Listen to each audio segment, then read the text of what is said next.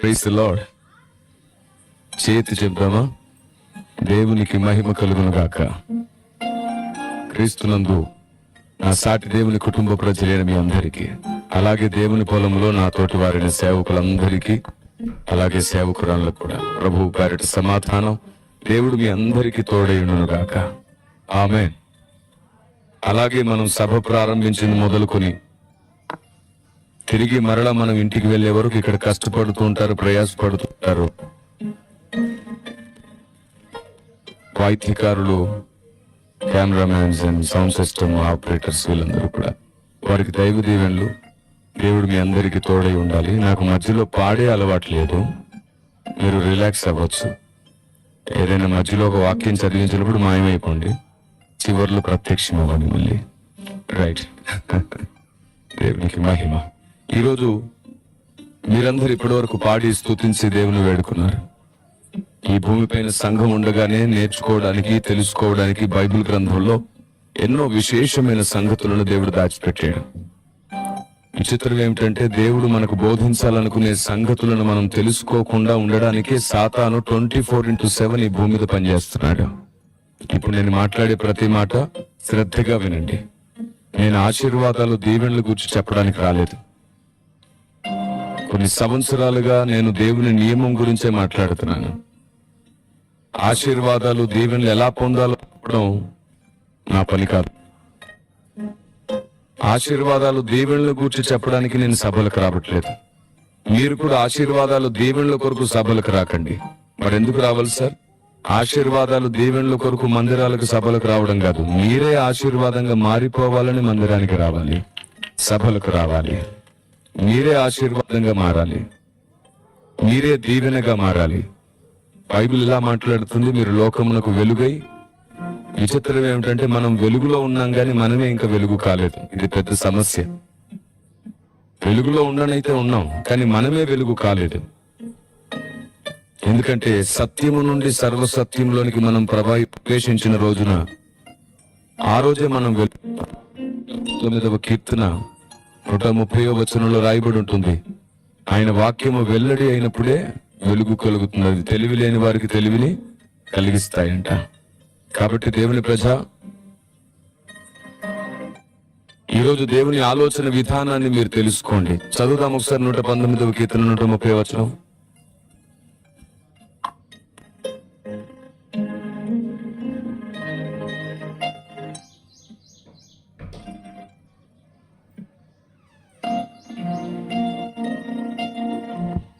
Right. 119వ కీర్తన 130 వచనంలో చాలా స్పష్టంగా రాయబడింది, చాలా ఖచ్చితంగా రాయబడింది. ఈ వాక్యము వెల్లడి అగుడుతోడనే వెలుగు కలుగును, అవి తెలివి లేని వారికి తెలివి కలిగించు. దేవుని వాక్య సత్యము వలన మనకు కలుగు తెలివి వలన మనము జ్ఞానవంతులం అవుతాం, వెలుగుగా మార్చబడతాం. ఈ చివరి రోజుల్లో సంఘం దేవుని వలన, పరిశుద్ధాత్మని వలన ఏమి తెలుసుకోవాలో వాటిని తెలుసుకోవడానికి వీలు లేకుండా సాతాను అనేక రకాలుగా పనిచేస్తున్నాడు. ప్రారంభంలో నేను ఈ సంగతి మీతో పంచుకుంటాను. ఏమిటో తెలుసా? ఒకటి, దేవుడు ఎవరినైతే వాడుకొని మన ద్వారా మనలను తన జ్ఞానంతో నింపుతున్నాడో, ఎవరెవరిని ఏ దైవజనులనైతే దేవుడు స్వయంగా వాడుకుంటున్నాడో, సాతాను వాళ్ళని ముందు చేసే పని చంపాలని చూస్తాడు. మొదటి ఆటంకం అది. రెండవది, దేవుడు ఎవరినైతే వాడుకొని భూమి మీద తన పరిచర్య ముగించాలనుకుంటున్నాడో వారిని సాతాను అవమానిస్తాడు, ప్రజల్లో వారికి అవమానం కలిగేస్తాడు. పదే డిస్టర్బెన్స్ ఏంటి? ఒక 2 సార్లు రిపీట్ అయితేనే వెంటనే దాని గురించి యాక్షన్ ఉండాలి. Praise the Lord. ఆగిపోతుంది మధ్యలో. Praise the lord.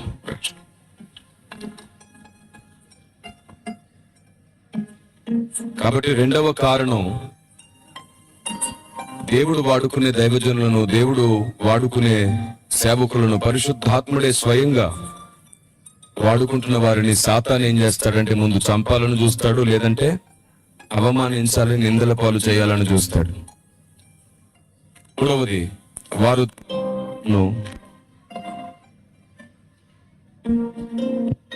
Praise the lord.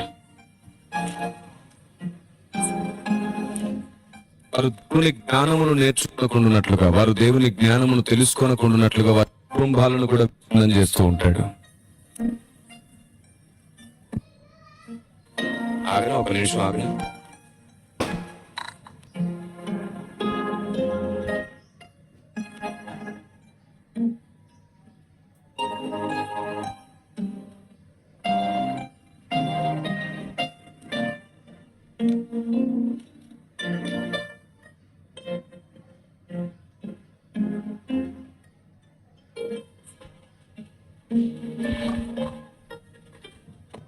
Praise the Lord. Right. అంతరాయంలో మీరు సరిగ్గా విన్నారో లేదో ఇంకొకసారి చెప్తాను. పరిశుద్ధాత్మ దేవుడు మనల్ని సత్యం నుండి సర్వసత్యంలోనికి నడిపించాలనుకుంటున్నాడు. ఈ ప్రయత్నంగా దేవుడు ఈ భూమి మీద ఎందరో మనుషులను భక్తులుగా మారుస్తున్నాడు. మీకు తెలుసా, భక్తులను దేవుడు మందిరంగా మార్చి ఆ ఒక్క మందిరం ద్వారా అనేకులు మందిరంగా మారేటట్లు దేవుడు సహాయం చేస్తూ ఉంటాడు. కాబట్టి భక్తులు మందిరంగా మారి అనేకుల్ని మందిరాలుగా మారుస్తూ ఉంటారు. మనం నడిచే మందిరాలం అవుతాం. అందుకే మీ దేహము దేవుని ఆలయం అనే మాట రాయబడింది. మీ దేహము దేవుని ఆలయము అనే మాట కనబడుతుంది. కాబట్టి దేవుని ప్రజ, పరిశుద్ధాత్మ దేవుడు ఈ భూమి మీద చేస్తున్న పనికి పూర్తి విరుద్ధంగా సాతాను కూడా ఈ భూమి మీద పనిచేస్తూ ఉంటాడు. మొట్టమొదటిదిగా సాతాను ఈ భూమి మీద చేసే కుట్రల్లో మొట్టమొదటిది, ఆత్మదేవుడు ఎవరిని వాడుకుంటాడో వారిని సాతాను చంపాలనుకుంటాడు. చంపడం కుదరకపోతే వారిని అవమానించి నిందించాలనుకుంటాడు. అది కూడా కుదరకపోతే వారు దేవుని వాక్యం కొరకు, జ్ఞానం కొరకు ప్రయాస పడుకున్నట్లుగా వారి కుటుంబములన్నిటినీ కూడా చెడగొట్టి వారిలో నెమ్మది లేకుండా చేస్తాడు. వారిలో సమాధానం లేకుండా చేస్తూ ఉంటాడు. ఈ విధంగా సాతాను వాడి కుట్రను ఆది నుండి కొనసాగిస్తూనే ఉన్నాడు. ఎందరో నీతిమంతులను, భక్తులను వాడు చంపారు. అందుకే చూడండి, ఇశ్రాయేలు ప్రజలు చాలా మంది ప్రవక్తలను రాళ్ళు రువ్వి చంపి తర్వాత తేరుకొని వారికి సమాధులు కట్టి సమాధుల పండుగలు చేయడం ప్రారంభించారు. అందుకే ఆయన అన్నారు, మీ పితరుల పరిమాణము చొప్పున మీరును దానిని పూర్తి చేయుడి అని అన్నాడు. మేము అబ్రహాము పిల్లలంటే ఆయన ఒప్పుకోలేదు. అబ్రహాము మీలాగా ప్రవర్తించలేదు అని ఖచ్చితంగా ఖండించాడు. కాబట్టి దేవుని ప్రజ, ఈ చివరి రోజుల్లో పరిశుద్ధాత్మ దేవుని ఆలోచన విధానం ఏమిటో కూడా మనం తెలుసుకోవడానికి వీలు లేకుండా వాడు ప్రయోగించినటువంటి ఇంకొక పెద్ద ఆయుధం ఏమిటో తెలుసా? వాడు ప్రయోగించినటువంటి ఇంకో పెద్ద ఆయుధం ఏమిటంటే, సంఘం మధ్యలో ఐక్యత లేకుండా జ్ఞానాన్నే వాడుకొని జ్ఞానము వలననే సంఘాన్ని ముక్కలు చేస్తున్నాడు. కొంచెం హాల్ ఎఫెక్ట్ తగ్గించినాను. జ్ఞానము వలననే సంఘాన్ని ముక్కలు చేస్తున్నాడు. అందరు ఈరోజు సిద్ధాంతాలతో పోరాడుతున్నారు. జ్ఞానము, ఆత్మీయత రెండూ కలిసి పోరాడుతున్నారు. పరిశుద్ధాత్మ దేవుని ఆలోచన విధానాన్ని గ్రహించలేని స్థితిలో సంఘం ఉండడానికి కారణం ఏమిటంటే జ్ఞానం అధికమైంది అంట. మీకు తెలుసా, పరిశుద్ధాత్మ దేవుడు మనతో ఏదైతే చెప్పాలనుకుంటాడో వాటిలో సమాధానం ఉంది, వాటిలో జ్ఞానం కూడా ఉంది. అయితే అది జీవమై ఉంది. మనల్ని విడగొట్టదు, మనల్ని ఒక్కటి చేస్తుంది. ఎప్పుడైతే దేవుని జ్ఞానం మనకు కలుగుతుందో అది ఉప్పొంగ చేయదంట. పరిశుద్ధాత్మ దేవుని వలన కలుగునది మనకు గర్వమును కలిగించదు, సమాధానాన్ని కలిగిస్తుంది, నెమ్మదిని కలిగిస్తుంది. ఎందుకంటే ఆయన ఆలోచనకర్త, సమాధానకర్త. సాతాను నుండి వచ్చినదే మనల్ని ఎక్కువగా ఉప్పొంగ చేస్తుంది. దేవుని నుండి వచ్చు జ్ఞానం మనల్ని ఉప్పొంగ చేయదు.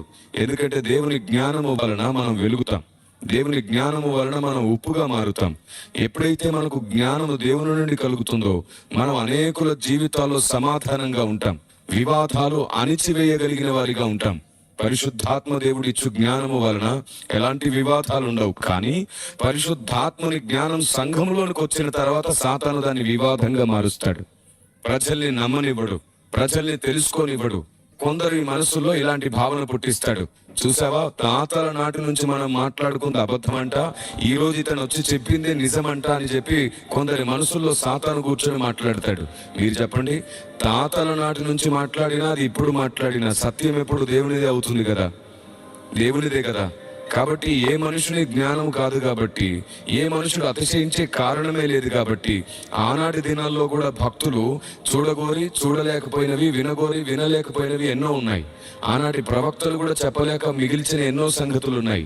వారికి దేవుడు బయలుపరచకుండా దాచిన సంగతులు ఎన్నో ఉన్నాయి. ఈ చివరి దినాల్లో పెంట కుప్ప మీద నుంచి దీనుని లేవనెత్తుకొని దేవుడు తన బూరలుగా వాడుతున్నప్పుడు వారు చెప్పలేని సంగతులు కూడా ఈనాటి దినాల్లో దేవుడు వాడుకునే దాసులు చెబుతారు. అయితే సాతాను మెల్లిగా కొందరిలో గర్వం నింపి ప్రారంభిస్తాడు, మాట్లాడడం ప్రారంభిస్తాడు. ఏమని చెప్తాడో తెలుసా? స్పష్టంగా ఇదిగో పితరులకు ఎవరికి తెలియదంటే ఇతనికే జ్ఞానం ఉందంట, మహాభక్తులకు తెలియదంటే ఇతడు చెప్పిందే సత్యం అంట, వాళ్ళు చెప్పింది అబద్ధం అంట, ఇతడు చెప్పేది నిజమంట అని చెప్పి ద్వేషం అనే చేదు వేరును సాతాను తీసుకొస్తాడు. ఇలా ఎన్నో రకాలుగా వాడు సత్యమును అడ్డగిస్తూనే ఉన్నాడు. సత్యమును పరిశీలించి తెలుసుకోవాలనే మనసు కంటే కూడా సత్యమునకు విరోధముగా నిలబడు అనేటువంటి ఆలోచన ఎక్కువైపోయింది ఈ భూమి మీద. సాతాను దాన్ని కుట్రపూరితంగా చేస్తున్నాడు. దాన్ని గుర్తించేవారు చాలా తక్కువ. ఉదాహరణకి ఒక చిన్న ఎగ్జాంపుల్ చెప్తాను. ఇటీవలి కాలంలో నేను ఏదేను తోట అనే దాని గురించి ఒక చిన్న ప్రత్యక్షత, అది పెద్ద మర్మము కాదని ప్రతి సభలో చెప్పాను. ఎప్పుడు నేను ఏదేను అనే టాపిక్ ఎత్తానో అప్పుడు చాలా సార్లు నేను ఆ ప్రస్తావన చెప్పాను. అది మర్మము కాదు, మీకు పరిశోధన కొరకు మాత్రమే నేను ఈ సంగతి చెబుతున్నాను అని చెప్పి మాట్లాడాను.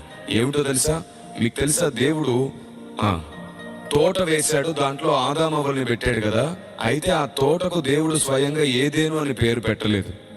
నిజానికి ఏదేను అనేది ఒక పెద్ద అరణ్యం. ఏదేను అనేది ఒక పెద్ద అరణ్యం. ఒక పెద్ద అరణ్యంలో దేవుడు ఒక చిన్న తోట వేశాడు. మళ్ళీ చెప్తున్నాను, ఒక పెద్ద అరణ్యంలో దేవుడు ఒక చిన్న తోట వేశాడు. ఆదికాండము 2వ అధ్యాయం 8వ వచనంలో చాలా స్పష్టంగా రాయబడింది. అక్కడ దేవుడైన యెహోవా తూర్పున ఏదేనులో ఏమిటంట ఒక తోట వేసి అని రాయబడింది. ఏదేనులో తోట వేశాడా? తోట పేరే ఏదేనా అని అడిగాను నేను. మీరు ఆలోచించండి, ఏదేనులో తోట వేశాడా? తోట పేరే ఏదేనా? ఇప్పుడు ఉన్నదాన్ని గుర్తించడానికి బదులుగా కొందరు అతి తెలివి పరులు సాతాను చేత ప్రేరేపించబడితే ఎలా ఉంటుందో తెలుసా? అరే నిజమే కదా, ఏదేనో అనే పెద్ద అరణ్యంలో దేవుడు ఒక చిన్న తోట వేశాడని తెలుసుకోవాలి. అది కాదు, మనం ఎప్పటి నుంచో గుర్తించలేని విషయం ఇతడు ఏదో గుర్తించేశాడు అని చెప్పి దూషణ ద్వేషము సాతాను హృదయంలో పుట్టించడం ద్వారా వాళ్ళు ఏమని లాజిక్లు మాట్లాడతారంటే, పలానా ఊర్లో మా ఇల్లుంది అని చెప్తాం కానీ ఆ ఊర్లోనే కదా నా ఇల్లుంది, మళ్ళీ సపరేట్గా నేను ప్రత్యేకించి చెప్పుకోవాలని చెప్పి అనవసరంగా అసలు ఇక్కడ కనెక్షన్ లేని లాజిక్లు మాట్లాడతారు. అవును, ఇప్పుడు మీరు చెప్పండి, మీ ఊర్లోనే మీ ఇల్లు ఉంది కానీ మీ ఇల్లే మీ ఊరు కాదు కదా, అవునా కదా? అంతే, ఏదేను అనేది పెద్ద అరణ్యం, ఏదేనులో ఒక చిన్న తోట ఆయన వేశాడు. దేవుని ప్రజ, మీకు తెలుసా, ఆ తర్వాత కాలంలో ప్రవక్తలు, పెద్దలు, భక్తులందరూ కూడా ఆ సమస్తాన్ని, తోటను కూడా ఏదేనని పిలిచినటువంటి దాఖలాలు ఉన్నాయి బైబిల్ గ్రంథంలో. ఆ ప్రస్తావన ఉంది. కాబట్టి మనం ఏం చేద్దామంటే, పెద్దలు ఎలా పిలిచారో మనం అలాగే పిలుద్దాం అని చెప్పాను నేను. పెద్దలు ఎలా పిలిచారో మనము కూడా అలాగే పిలుద్దాం. కానీ వాస్తవానికి ఏదేను అనేది తోట పేరు కాదు, అరణ్యం పేరు అని ఒక పెళ్లి పాట గురించి కూడా మనం మాట్లాడుకున్న సందర్భం ఉంది. ఏమిటో తెలుసా? ఏదేను వనములో యెహోవా దేవా అనే ఒక పాట, పెళ్లి పాట పాడుతూ ఉంటారు. ఏదేను అనేది ఒక వనం. ఏదేను అనేది ఒక వనం. ఈ వనములో ఒక చిన్న తోట వేసాడు ఆయన. ఎంత పెద్ద వనమో తెలుసా? అది 4 నదులు ప్రవాహం చేసేంత పెద్ద వనం. తోటలో 4 నదులు ఎలా ఉంటాయి చెప్పండి? కాబట్టి కొంచెం ఇంగితాన్ని వాడితే మనకు క్లియర్గా అర్థమైపోతుంది. బైబిల్లో ఆ తర్వాత సమస్తాన్ని కలిపి ఏదైనా తోట అని పిలిచిన సందర్భం ఉంది. నేను అదే చెప్తున్నాను, మనం అలాగే పిలుద్దాం. కానీ వాస్తవాన్ని కూడా గుర్తిద్దాం. అందరూ పిలిచినట్లే మనం కూడా పిలుచుకుందాం. ఎందుకంటే ఇది మర్మము కాదు, ఇది సిద్ధాంతం కాదు, రక్షణకు ఆటంకం కూడా కాదు. కేవలం ప్రాసెస్ సెట్ అవ్వట్లేదు. ఏదేనులోని తోట అని పిలవడం కంటే ఏదేని తోట అని పిలిస్తే బాగుంది. పైగా బైబిల్లో ఆ తర్వాత కాలంలో కూడా పెద్దలందరూ ఏదైనా తోట అనే పిలిచారు. ఇప్పుడు చెప్పండి, ఒక వాస్తవాన్ని గుర్తిస్తూ దాన్ని అలా పిలవడం ద్వారా ఆత్మీయ నష్టమేమీ లేదు కాబట్టి మనం పిలుద్దాం. ఎందుకు ఈ ప్రస్తావన చేశాను అంటే, వాళ్ళకి ఏదో తెలియలేదు, వాళ్ళు ఏదో పరిశీలించలేదు, వారికంటే ఒక జ్ఞాని ఇక్కడ నిలబడేదో మాట్లాడుతున్నాడని చెప్పడానికి కాదు. లేఖనములలో సున్నైనను పొల్లైనను పోకుండా మీరు నేను మనం ఎంత పరిశోధించినా ఎక్కడో చోట మనం కొన్ని సంగతులను మిస్ చేస్తాం. ఎందుకంటే మనం మనుషులు. ఈ భూమి మీద ఏ నరుడు కూడా సంపూర్ణ జ్ఞాని కాదు. ఏవో కొన్ని మనం గ్రహించలేం, మనం గుర్తించలేం. మనం గుర్తించలేని వాటిని దేవుడు ఇంకొకరి ద్వారా మనం గుర్తించేలాగా చేస్తాడు. ఎప్పుడైతే మనం నేర్చుకుని మార్చుకునే స్వభావం కలిగిన వారంగా ఉంటామో, ఒకరినొకడు కట్టుకునేటట్లు, ఒకరినొకడు హెచ్చరించుకునేటట్లు, ఒకరినొకడు సన్మానించుకునేటట్లు, ఒకరికొకడు బుద్ధి చెప్పుకునేటట్లు ఒక కుటుంబము లాంటి వాతావరణాన్ని దేవుడు సంఘంలో స్థాపించాలనుకుంటున్నాడు. అందుకే చాలా స్పష్టంగా ఆ మాట రాయబడింది. ఒకరినొకడు హెచ్చరించుకోండి అన్న దగ్గర ఆగిపోయారు. ఒకరినొకడు సన్మానించుకోండి అనే దాన్ని పాటించడం మానేశారు. ఈరోజు ఎందరికో వయసు పెరిగింది, అనుభవం పెరిగింది, జ్ఞానం పెరిగింది, కానీ అదే సమాధానం లేకుండా పోయింది, నెమ్మది లేకుండా పోయింది. తొందరపాటుతనం, ఆవేశం, ఎప్పుడు ఇంకొకరిని విమర్శించాలి, దూషించాలి, తప్పు పట్టాలి. ఈ లక్షణం కయ్యను లక్షణం. దేవుడు అంగీకరించిన వారిని కయ్యను అంగీకరించడు. ఇది కోరాహు లక్షణం. సత్యమేదో తెలుసుకోవడానికి నిదానత్వం ఉండదు, సమాధానం ఉండదు. తొందరపాటుతనం, దూషణ, కోరాహు లక్షణం. దేవుని ఉద్దేశం ఏమిటో తెలుసుకోకుండా స్వలాభాన్ని ఆశించేటువంటి దురాభిమాన పాపంతో కొందరు బిలాము లాంటి వారు ఉన్నారు. వయసు పెరిగినా సరే బుద్ధి పెరగలేదు అంటుంటారు చూశారు. ఆ కోవాకు సంబంధించిన వారు అనేకులు సాతాను చేత ఈడ్చబడుతున్నారు. నేను మిమ్మల్ని ప్రారంభంలో ఈ విషయంలో హెచ్చరించాలనుకుంటున్నాను. ఒకవేళ మీరు కూడా సంగతంతా వినకుండా తొందరపడి ప్రత్యుత్తరం ఇచ్చే లక్షణం మీదైతే మిమ్మల్ని సాతానే ఎక్కువ సార్లు వాడుకుంటాడు.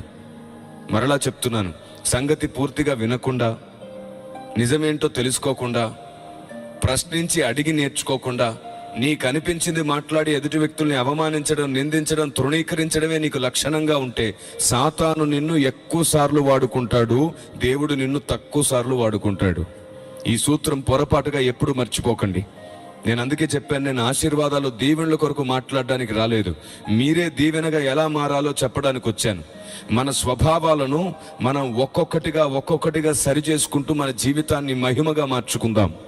ఈ చివరి రోజుల్లో ప్రతిరోజు నేర్చుకోవాలి, ప్రతిరోజు మార్చుకోవాలి. మీకు తెలుసా, నేర్చుకునే మనసు నీదైతే నేర్పించడానికి పరిశుద్ధాత్మ దేవుడే నీకు గురువు అయిపోతాడు.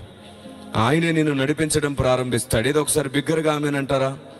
నెమ్మదిగా ఆమెననకండి. ఇప్పటి నుంచో పని చేయండి. మీకు వాక్యం అర్థమైనప్పుడు, లేదా ఒక గొప్ప మాట మీ చెవిన పడినప్పుడు, లేదా సత్యమని మీకు అనిపించినప్పుడు, మీ విశ్వాసానికి అది మంచిది అనిపించినప్పుడు మౌనంగా ఉండకండి. చెయ్యెత్తి బిగ్గరగా స్తోత్రం చేయడం అలవాటు చేసుకోండి. ఎందుకో తెలుసా, మీరు మనసారా స్తోత్రం చేసినప్పుడు మీకు దేవుడు అర్థమయ్యాడని సాతానుకు అర్థం కావాలి. ఆమేన్. ఎవరికి దేవుడు అర్థమవుతాడో వారి మీద సాతాను అధికారం చేయడానికి భయపడతాడు. ఈ కారణం చేత మీరు చెయ్యెత్తి స్తుతించడానికి సిగ్గుపడకండి, మొహమాట పడకండి. నేను దీవిస్తున్నాను.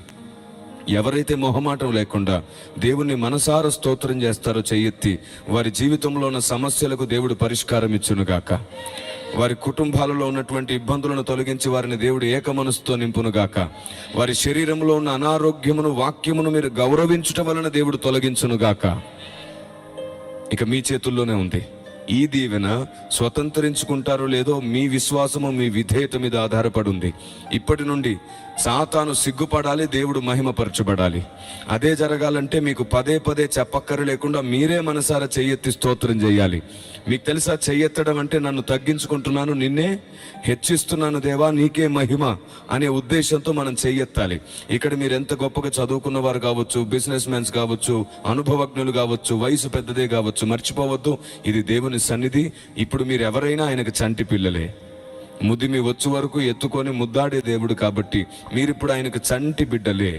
ఈ కారణం చేత ఎలాంటి గర్వానికి, పంతాలకు, పట్టింపులకు, మొహమాటాలకు స్థానం ఇవ్వకుండా వాక్యం అర్థమవుతున్న కొలది సన్నుతించండి, స్తుతించండి. దేవుడు మిమ్మల్ని చూచునుగాక. మీరు చెయ్యెత్తిన ప్రతిసారి దేవుని దృష్టి మీ మీద ఉండునుగాక. ఆమేన్. రైట్. కాబట్టి నేనిచ్చిన ఈ విశ్వాసపూరితమైన దీవెన దేవుడు మీకు అనుగ్రహించునుగాక. అయితే రెండవ లాభం, మీరు ఎప్పుడైతే చెయ్యెత్తి మనసారా స్తోత్రం చేస్తూనే ఉంటారో, మనలో చాలా మంది ఎంత చెప్పినా సరే వినకుండా సిగ్గుపడి మొహమాట పడే తమ్ముళ్ళు, అన్నలు ఉంటారు, చెల్లెళ్ళు ఉంటారు. వారు ఏం చేస్తారో తెలుసా, అందరు చెయ్యెత్తుతుంటే గుంపులో వారు కూడా అందరిని చూసి చెయ్యెత్తడం ప్రారంభిస్తారు. మీ స్తుతి అనేకులకు స్తుతి నేర్పిస్తుంది. Praise the Lord. విచిత్రం ఏమిటో చెప్పినా, కొందరి పనే తప్పులు పట్టడం, కొందరి పనే సాతాను వాళ్ళని అలా తయారు చేశాడు. గురుగుల్లాగా వాళ్ళని నాటాడు. వాళ్ళు వాక్యం వినరు, వాక్యంలో తప్పులు వెతకాలని ప్రయత్నిస్తారు. ఇలాంటి వారు సాతాను సేవకులుగా, సాతానుకు పనిచేసే వాళ్ళగా ఉన్నారనమాట. సాతాను దాసులుగా ఉన్నారు కొందరు. ప్రతి దాంట్లో తప్పులు వెతికి అపార్థం పుట్టించేవారు ఉన్నారు. గుర్తుంచుకోండి, ముందు మనం ఒకటి విని అపార్థం చేసుకున్నాక అక్కడ ఎంత జ్ఞానం ఉన్నా నీకు అది తప్పుగానే అనిపిస్తుంది. అది మన సైకాలజీ. దేనినైనా ఒక్కసారి తప్పుబట్టినా, ఒక్కసారి ద్వేషించినా, దానిలో ఎంత మంచున్నా, ఎంత జ్ఞానమున్నా తృణీకరిస్తాం మనం. కల్పితాలకు వెంటనే కదిలిపోయే స్వభావం మనది. గుర్తుంచుకోండి, పరిశుద్ధాత్మ దేవుని స్వరం వినే చెవులు మీవైతే సాతాను మిమ్మల్ని కదపలేడు, కల్పితాలు మీ ముందు నాటలేడు. ఎందుకంటే మీలో దేవుడు ఉంటాడు కాబట్టి, ఆత్మదేవుడు మిమ్మల్ని నడిపిస్తాడు కాబట్టి వాడి పప్పులేమి మీ ముందు ఉడకవు. వాస్తవానికి బైబుల్ మనకు నేర్పిస్తుంది దేవుని నియమం, దేవుని న్యాయం, దేవుని సత్యం, దేవుని చట్టం, దేవుని ఆలోచన విధానం. సాక్షాత్తు దేవదూతలందరూ కూడా ప్రయత్నించినా సరే సాధ్యం కాలేదు. వాడి మాయలో ఎందరో పడిపోయారు. మట్టి మనుషులం మనం. పైగా మన హృదయం కేవలం ఎల్లప్పుడూ చెడ్డది. వాడు మనల్ని పడగొట్టడానికి వాడికి చిటికెలో పని. ఎంత? జస్ట్ ఒక చిటికెలో వాడు మనల్ని పడేయగలడు. కానీ దేవుని జ్ఞానము, దేవుని సత్యము, దేవుని జీవము, దేవుని న్యాయము, పరలోక చట్టము, దేవుని ఆలోచన విధానము మనలో ఉండుట చేత వాడు మన ముందు గెలవలేకపోతున్నాడు. పైగా మనమే వాడిని తొందరలో చెదగదొక్కబోతున్నామంట. Praise the lord. సంఘము వాణ్ణి చెదగదొక్కడానికి, సంఘానికి అభిషేకం సరిపోదు, దేవుని జ్ఞానము సత్యము కావాలి. Praise the Lord. దేవుని గూర్చిన జ్ఞానము, దేవుని గూర్చిన సత్యము మనలో నివసిస్తే వాడు మన కింద తల వంచి నిలబడాల్సి వస్తుంది. ఎందుకంటే అది పరలోక నియమం, పరలోక చట్టం అది. దేవుని ప్రజ, అందుకే సాతాను తంత్రములను మనం ఎరగని వారము కాము. ఒకరిని తప్పుపట్టడం ఎవరి వల్లనే అవుతుంది. ఒకరి మాటల్లో తప్పులు వెతకడం ప్రతి దుర్మార్గుడికి, మూర్ఖుడికి తెలుస్తుంది. కానీ మాటల్లోనే దేవుని స్వరాన్ని, దేవుని ఉద్దేశాన్ని గుర్తించగలగడం భక్తులకు మాత్రమే సాధ్యమవుతుంది. బైబిల్ గ్రంథంలో భక్తులు బాధపడ్డారు, ప్రార్థించారు. వారు నా ప్రతి మాటను అపార్థం చేయుచున్నారు అని అన్నాడు. దేవుని హృదయానుసారుని మాటల్లోనే అపార్థాలు వెతుకుతున్నారంటే ఎంతటి దౌర్భాగ్య హృదయాలు ఉండేవి ఆ దినాల్లో. కాబట్టి దేవుని ప్రజ, ఈనాడు మరలా చెప్తున్నాను, నువ్వు ఏం చెయ్యాలనుకున్నా నీలో తప్పు పట్టే వాళ్ళు ఉంటారు. నువ్వు ఎంత బాగున్నా నీలో తప్పులు చూపించే వాళ్ళు ఉంటారు. నువ్వు ఏం మాట్లాడినా సరే నీలో తప్పులు చూడాలనుకుంటే వాళ్ళు చూపిస్తూనే ఉంటారు. గుర్తుంచుకోండి, యేసు ప్రభువులో తప్పులు వెతకాలంటే కనబడవు, కానీ ఆయనను కూడా ఏదో కారణంగా తప్పులో ఇరికించి చూపించాలని చూపించారు. ఒకవైపు ఆయన స్వస్థపరుస్తున్నాడు. ఆ రోజు విశ్రాంతి దినం కదా, స్వస్థత ఎలా చేస్తారని తప్పులు పట్టారు. చూడండి, మరొక వైపు విశ్రాంతి దినము తన శిష్యులందరూ కూడా పొలాల్లో పడిపోయి పనులు తెంచుకొని తింటుంటే, ఇదిగో విశ్రాంతి దినమున మీ శిష్యులు చేయకూడని పని చేస్తున్నారు అంటే ఆయన ఒక మాట అంటాడు, విశ్రాంతి దినమునకు నేనే ప్రభువుని, పెళ్లి కుమారుడుగా దుఃఖపడేవాడు ఎవడు అని అంటే, వారు లేఖనములను అర్థం చేసుకోవడానికి బదులుగా వాటిని ఆధారంగా తీసుకొని క్రీస్తును అవమానించడం ప్రారంభించారు. ఈ రోజు కూడా ఆత్మ చెప్పుచున్న మాట చెవిగల వారికి మాత్రమే వినబడుతుంది. ప్రతి మాటను నేను మళ్ళీ చెప్తున్నాను, ఎంత జాగ్రత్తగా మాట్లాడినా, ఎన్ని ఆధారాలతో మాట్లాడినా, ఎంత సత్యం మాట్లాడినా, ఏదో ఒక కోణంలో తప్పు పట్టడానికి సాతానుకు చెడిపోయిన జ్ఞానం ఒకటి ఉంది. సాతానికి ఏముంది? చెడిపోయిన జ్ఞానం ఒకటి ఉంది. కల్పితాలను విని నిజమే అని మోసపోయేవారు ఎందరో ఉన్నారు. కాలంతో పాటు సాతానుకు సహకారులుగా మారిపోతున్నారు. గుర్తుంచుకోండి, ఏదైనా ఒకదాన్ని చూసి మసిపూసి మారేడుకాయ చేయొచ్చేమో కానీ చివరికి గెలిచేది మళ్ళీ అదే గెలుస్తుంది. దేవునికి స్తోత్రం కలుగునుగాక. ఈరోజు క్రైస్తవ వ్యతిరేకులు కూడా బైబిల్ మీద, క్రీస్తు మీద ఎన్ని రకాల నిందలు వేస్తున్నారు. ఎన్నెన్ని రకాల నిందలో. మీ దేవుడు కఠినుడని, మీ దేవుడు రాక్షసుడని, మీ దేవుడు బలులను కోరుకునేవాడని, నరబలిని కోరుకున్నాడని, ఇలా ఎన్ని రకాల నిందలు వేస్తూ నేను దాదాపుగా ఒక 3 సంవత్సరాల క్రితం, 4 సంవత్సరాల క్రితము యెఫ్తా కూతురు గురించి ఒక ప్రసంగం చేశాను. నాకు తెలిసి 2021 అంటే 5 సంవత్సరాలు గడిచిపోయింది. 5 సంవత్సరాల క్రితం నేను ఒక సందేశం చేశాను. అది అప్పుడు బోధించినది ఇప్పటికి రికార్డెడ్గా ఉంది. వాళ్ళు ఏమంటారంటే, యెఫ్తా మొక్కుకున్నాడు కదా, మొక్కుకున్నట్లుగానే తన కుమార్తెను బలిగా అర్పించేశాడని చెప్తారు. నిజానికి యెఫ్తా తన కుమార్తెను బలిగా అర్పించినట్టుగా బైబిల్ చెప్పలేదు. కానీ బైబిల్లో ఒక మాట ఉండడం ద్వారా దాన్ని అలా అపార్థం చేసుకుంటున్నారు. ఏమిటది? అతడు దేవునికి ఏమని మొక్కుకున్నాడో ఆ ప్రకారమే తన కుమార్తెకు చేశాను అని ఉంటుంది. వాస్తవానికి ఏమని మొక్కుకున్నాడంటే, ఒకటి ప్రతిష్ఠిస్తాను లేదా బలిగా నైవేద్యముగానైనా సమర్పిస్తానని మొక్కుకుంటాడు. మళ్ళీ చెప్తున్నాను, అయితే ప్రతిష్ఠిస్తాను లేదా బలిగానైనా సమర్పిస్తాను. అయితే నేను ఎదురుపడ్డప్పుడు నాకేదైనా జంతువు ఎదురొస్తే, నాకేదైనా పశువు ఎదురైతే దాన్ని నేను బలిగా అర్పిస్తాను అని అర్థం. మనుషులు ఎదురైతే నీకు ప్రతిష్ఠిస్తాను అని అర్థం. వాస్తవానికి నాకు వింతైన ప్రశ్న ఏమిటంటే, ఆయన అలాంటి కోరిక ఎందుకు కోరుకున్నాడు, అలాంటి మొక్కెందుకు మొక్కుకున్నట్టో అర్థం కాలేదు నాకు. ఎదురు ఎవరైనా రావచ్చు, ఎవరిని పడితే వాళ్ళని ఎలా ప్రతిష్ఠిస్తాడు? కుమార్తె వచ్చింది కాబట్టి సరిపోయింది. వేరెవరైనా వస్తే ఈయన ఎట్లా అధికారంతో ప్రతిష్ఠిస్తాడు? ఎలా సాధ్యమవుతుంది? అలాంటి మొక్కు ఎలా మొక్కుకొని ఉంటాడు అతను? సరే, ఈ ప్రశ్నకు మనం బైబిల్ నుంచి మరలా సమాధానాన్ని వెతుకుందాం. అయితే దీంట్లో ఒక విషయం ముఖ్యంగా నేను స్పష్టం చేస్తాను. ఇప్పుడు ఏంటో తెలుసా? యెఫ్తా తన కుమార్తెను బలి ఇవ్వలేదు. వివాహము లేకుండా దేవుని సేవకు పూర్తిగా ప్రతిష్ఠించేశాడు. వివాహము లేకుండా పూర్తిగా ప్రతిష్ఠించాడు. అందుకే అక్కడ ఏమని రాయబడి ఉంటుంది తెలుసా? ఆవిడ అంటదే, ఒక 2 నెలలు టైం ఇవ్వు, నా కన్యత్వం గురించి నేను ప్రలాపించి వస్తానని అంటాడు. ఎందుకు? కన్యత్వం గురించి బలి ఇవ్వాల్సి వస్తే కన్యత్వం గురించి ప్రలాపన ఎందుకు? ఎందుకంటే ఇక మీదట వివాహము తనకు లేకుండా పూర్తిగా దేవునికి సమర్పించబోతున్నారు కాబట్టి. అందుకే ఆ కింద వచనాల్లో ఆవిడ ఎప్పుడూను ఆ పురుషుని ఎరగని స్త్రీగానే ఉంది కాబట్టి ఆవిడ ఆ దినమును కూడా జ్ఞాపకం చేసుకునేవారంట. కేవలం జీవితకాలం మొత్తం దేవునికి ఆమె ప్రతిష్ఠింపబడిందే గాని ఆమెను బలిగా ఇవ్వలేదు యెఫ్తా. అక్షరాన్ని మాత్రమే నమ్ముకుంటే మనం కేవలం ఒక దగ్గర చిక్కుకుపోతాం. ఆత్మదేవుడు చెప్పేది కూడా మనకు అర్థం కావాలి. మరి ఎందుకు సార్ ఇంత డిప్లొమాటిక్ గా బైబుల్లో ఉండాలి? ఇంత డిఫికల్ట్ గా ఎందుకు మాటలు రాయించాడు? సింపుల్, సత్యము ప్రతి మూర్ఖుడికి అర్థం కాకూడదనే దేవుడు బైబుల్ని అలా రాయించాడు. మళ్ళీ చెప్తున్నాను, ఎందుకంటే సత్యం అర్థమైతే రక్షణ వచ్చేస్తుంది. సత్యం అర్థమైతే జీవంలోనికి ప్రవేశిస్తాం. దేవుని జ్ఞానం అర్థమైతే సాతాన్ని సాధించి గెలవగలుగుతాం. ఎందుకని అంటే ఎంతమంది ద్వారా అయితే ఇప్పటి వరకు దేవుని చిత్తానికి నష్టం జరిగిందో, దేవుని ఆత్మ దుఃఖపడిందో, ఎంతమంది అయితే దేవుని ఆత్మను దూషించారో, అలాంటి మూర్ఖులకు ఎప్పటికీ దేవుని వాక్యం అర్థం కాకూడదని దేవుడు నిర్ణయించాడు. అందుకే రాయబడింది ఏమిటో తెలుసా? కుమారుణ్ణి దూషించిన క్షమాపణ ఉందేమో కానీ ఆత్మదేవుణ్ణి దూషిస్తే క్షమాపణ లేదు అని అన్నాడు. మీరు కూడా మార్కు సువార్త ఒకసారి చూస్తారా? 4వ అధ్యాయం 11వ వచనంలో ఏమనుందో? మార్కు సువార్త 4వ అధ్యాయం 11వ వచనాన్ని మీరు గమనిస్తే యేసు ప్రభుల వారు స్వయంగా ఉపమాన రీతిగా మాట్లాడుతున్నారు. అక్కడ ఆయన ఉపమాన రీతిగా మాట్లాడితే శిష్యులు వచ్చి అడుగుతున్నారు. చూద్దామా ఒకసారి? చదవండి. ఎవరైనా ఒకరు చదువుతారు? మైక్ తీసుకుంటారు. ఇక మీద నేను చూపించే వచనాలన్నీ చదవడానికి మైక్ తీసుకొని చదువుతారా? అందుకాయన దేవుని రాజ్య మర్మము మీకు అనుగ్రహింపబడి ఉన్నది. అందుకాయన దేవుని వాక్య మర్మము మీకు అనుగ్రహింపబడి ఉన్నది గాని వెలుపల నుండి వారు ఒకవేళ దేవుని వైపు తిరిగి పాప క్షమాపణ పొందుదురని వారు చూచుటకైతే చూచియు కనుగొనకును, వినుటకైతే వినియు గ్రహింపకయు నుండుటకును అన్నియు ఉపమాన రీతిగా వారికి బోధింపబడుచున్నవని. చూసారా? వారు విని కూడా గ్రహించకుండా, చూసి కూడా తెలుసుకోకుండా కావాలనే దేవుడు మర్మముగా మాట్లాడుతున్నాడు, ఉపమాన రీతిగా మాట్లాడుతున్నాడు. అయ్యో, వారికి ఎందుకు సార్ రక్షణ వద్దు? వారు ఎందుకు విని తెలుసుకోకూడదు?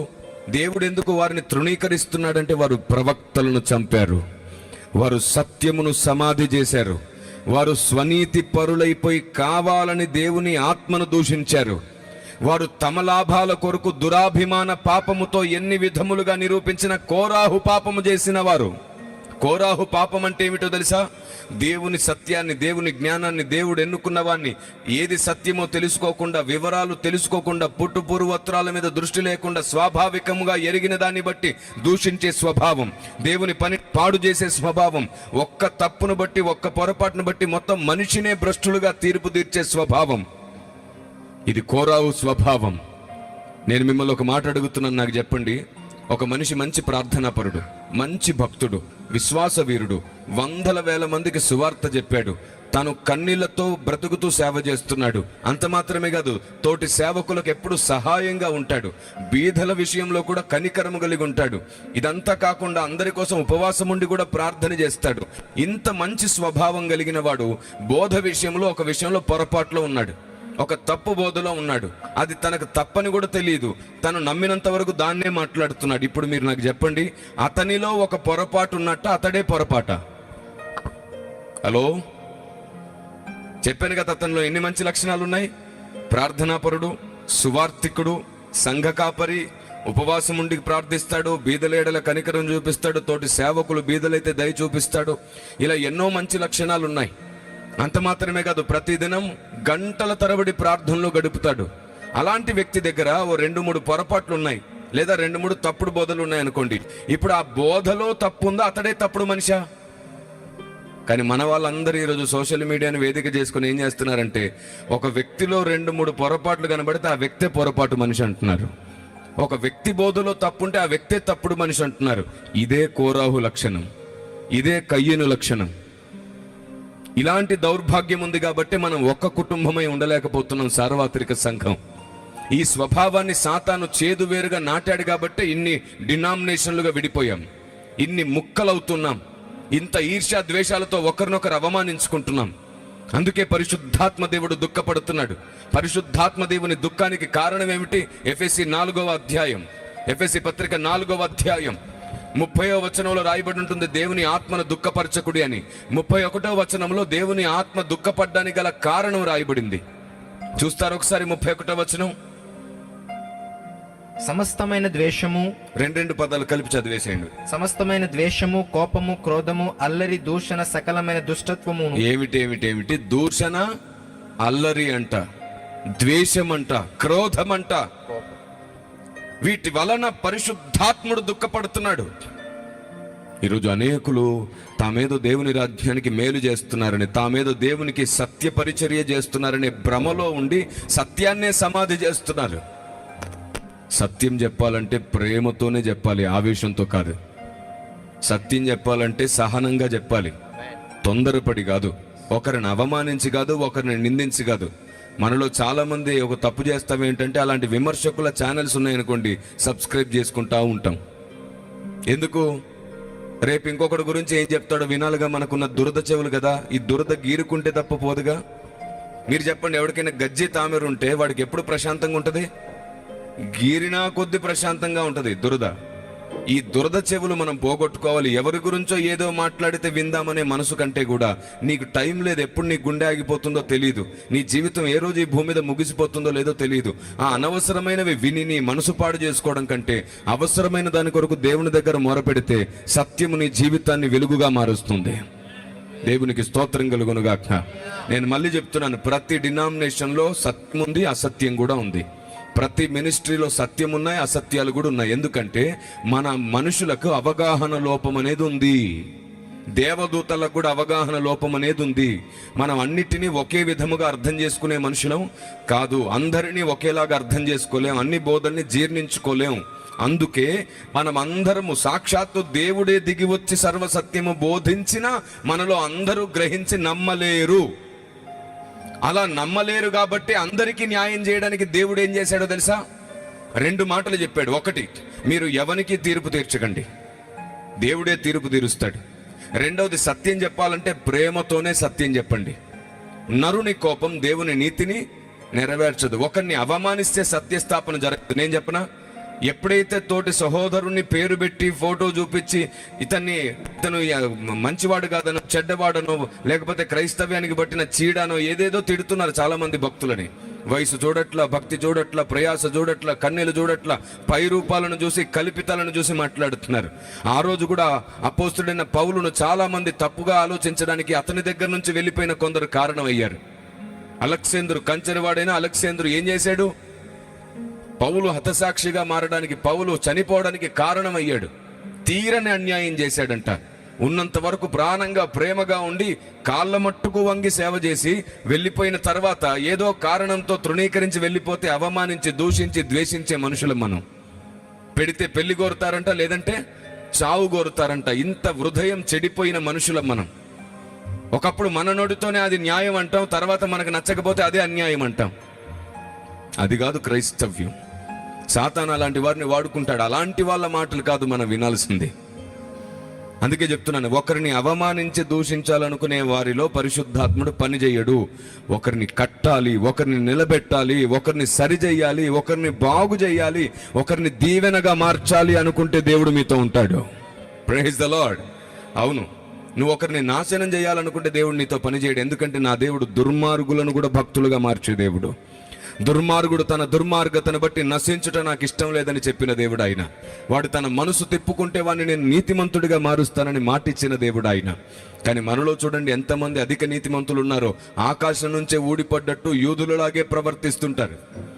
ఆ రోజు యూదులు ఏం చేశారు తెలుసా? వాళ్ళకు దేవుడు చాలా గొప్ప జీవితం ఇచ్చాడు, లేఖనములు వారి పరం చేశాడు. యూదుల గొప్పతనం యూదులకు ఉంది. కానీ యూదులు ఏం చేస్తారంటే ప్రతి చిన్న తప్పుకు నిందిస్తారు, విమర్శిస్తారు, అవమానిస్తారు. మీకు జ్ఞాపకం ఉందో లేదో, వాళ్ళందరూ తప్పులోనే ఉంటారు, కానీ తప్పులో దొరికిన వాళ్ళని మాత్రం అందరిలో చంపేస్తారు. గుర్తుందా? అందరూ రాళ్ళు పట్టుకుని వ్యభిచారం ముందు పట్టబడిన స్త్రీని కొట్టాలని చూస్తుంటే ఆయన ఒక మాట అన్నాడు, పాపం చేయని వాడు మొదటి రాయి వెంట అందరు వెళ్ళిపోయారు. అంటే అర్థం ఏంటి? అందరిలో వాళ్ళు దొరకని దొరలు, ఈమె దొరికిన దొంగ, అంతే తేడా. మిగతా అంతా సేమ్ టు సేమ్. మనలో కూడా చాలా మంది నీతిమంతులాగా మాట్లాడతాం, కానీ మనం కూడా అలాంటి తప్పులు ఎక్కడో చేసి ఉంటాం. కానీ లోపట ఉంటుంది కదా, అందరి ముందు మాత్రం నీతిమంతులాగా నటిస్తాం.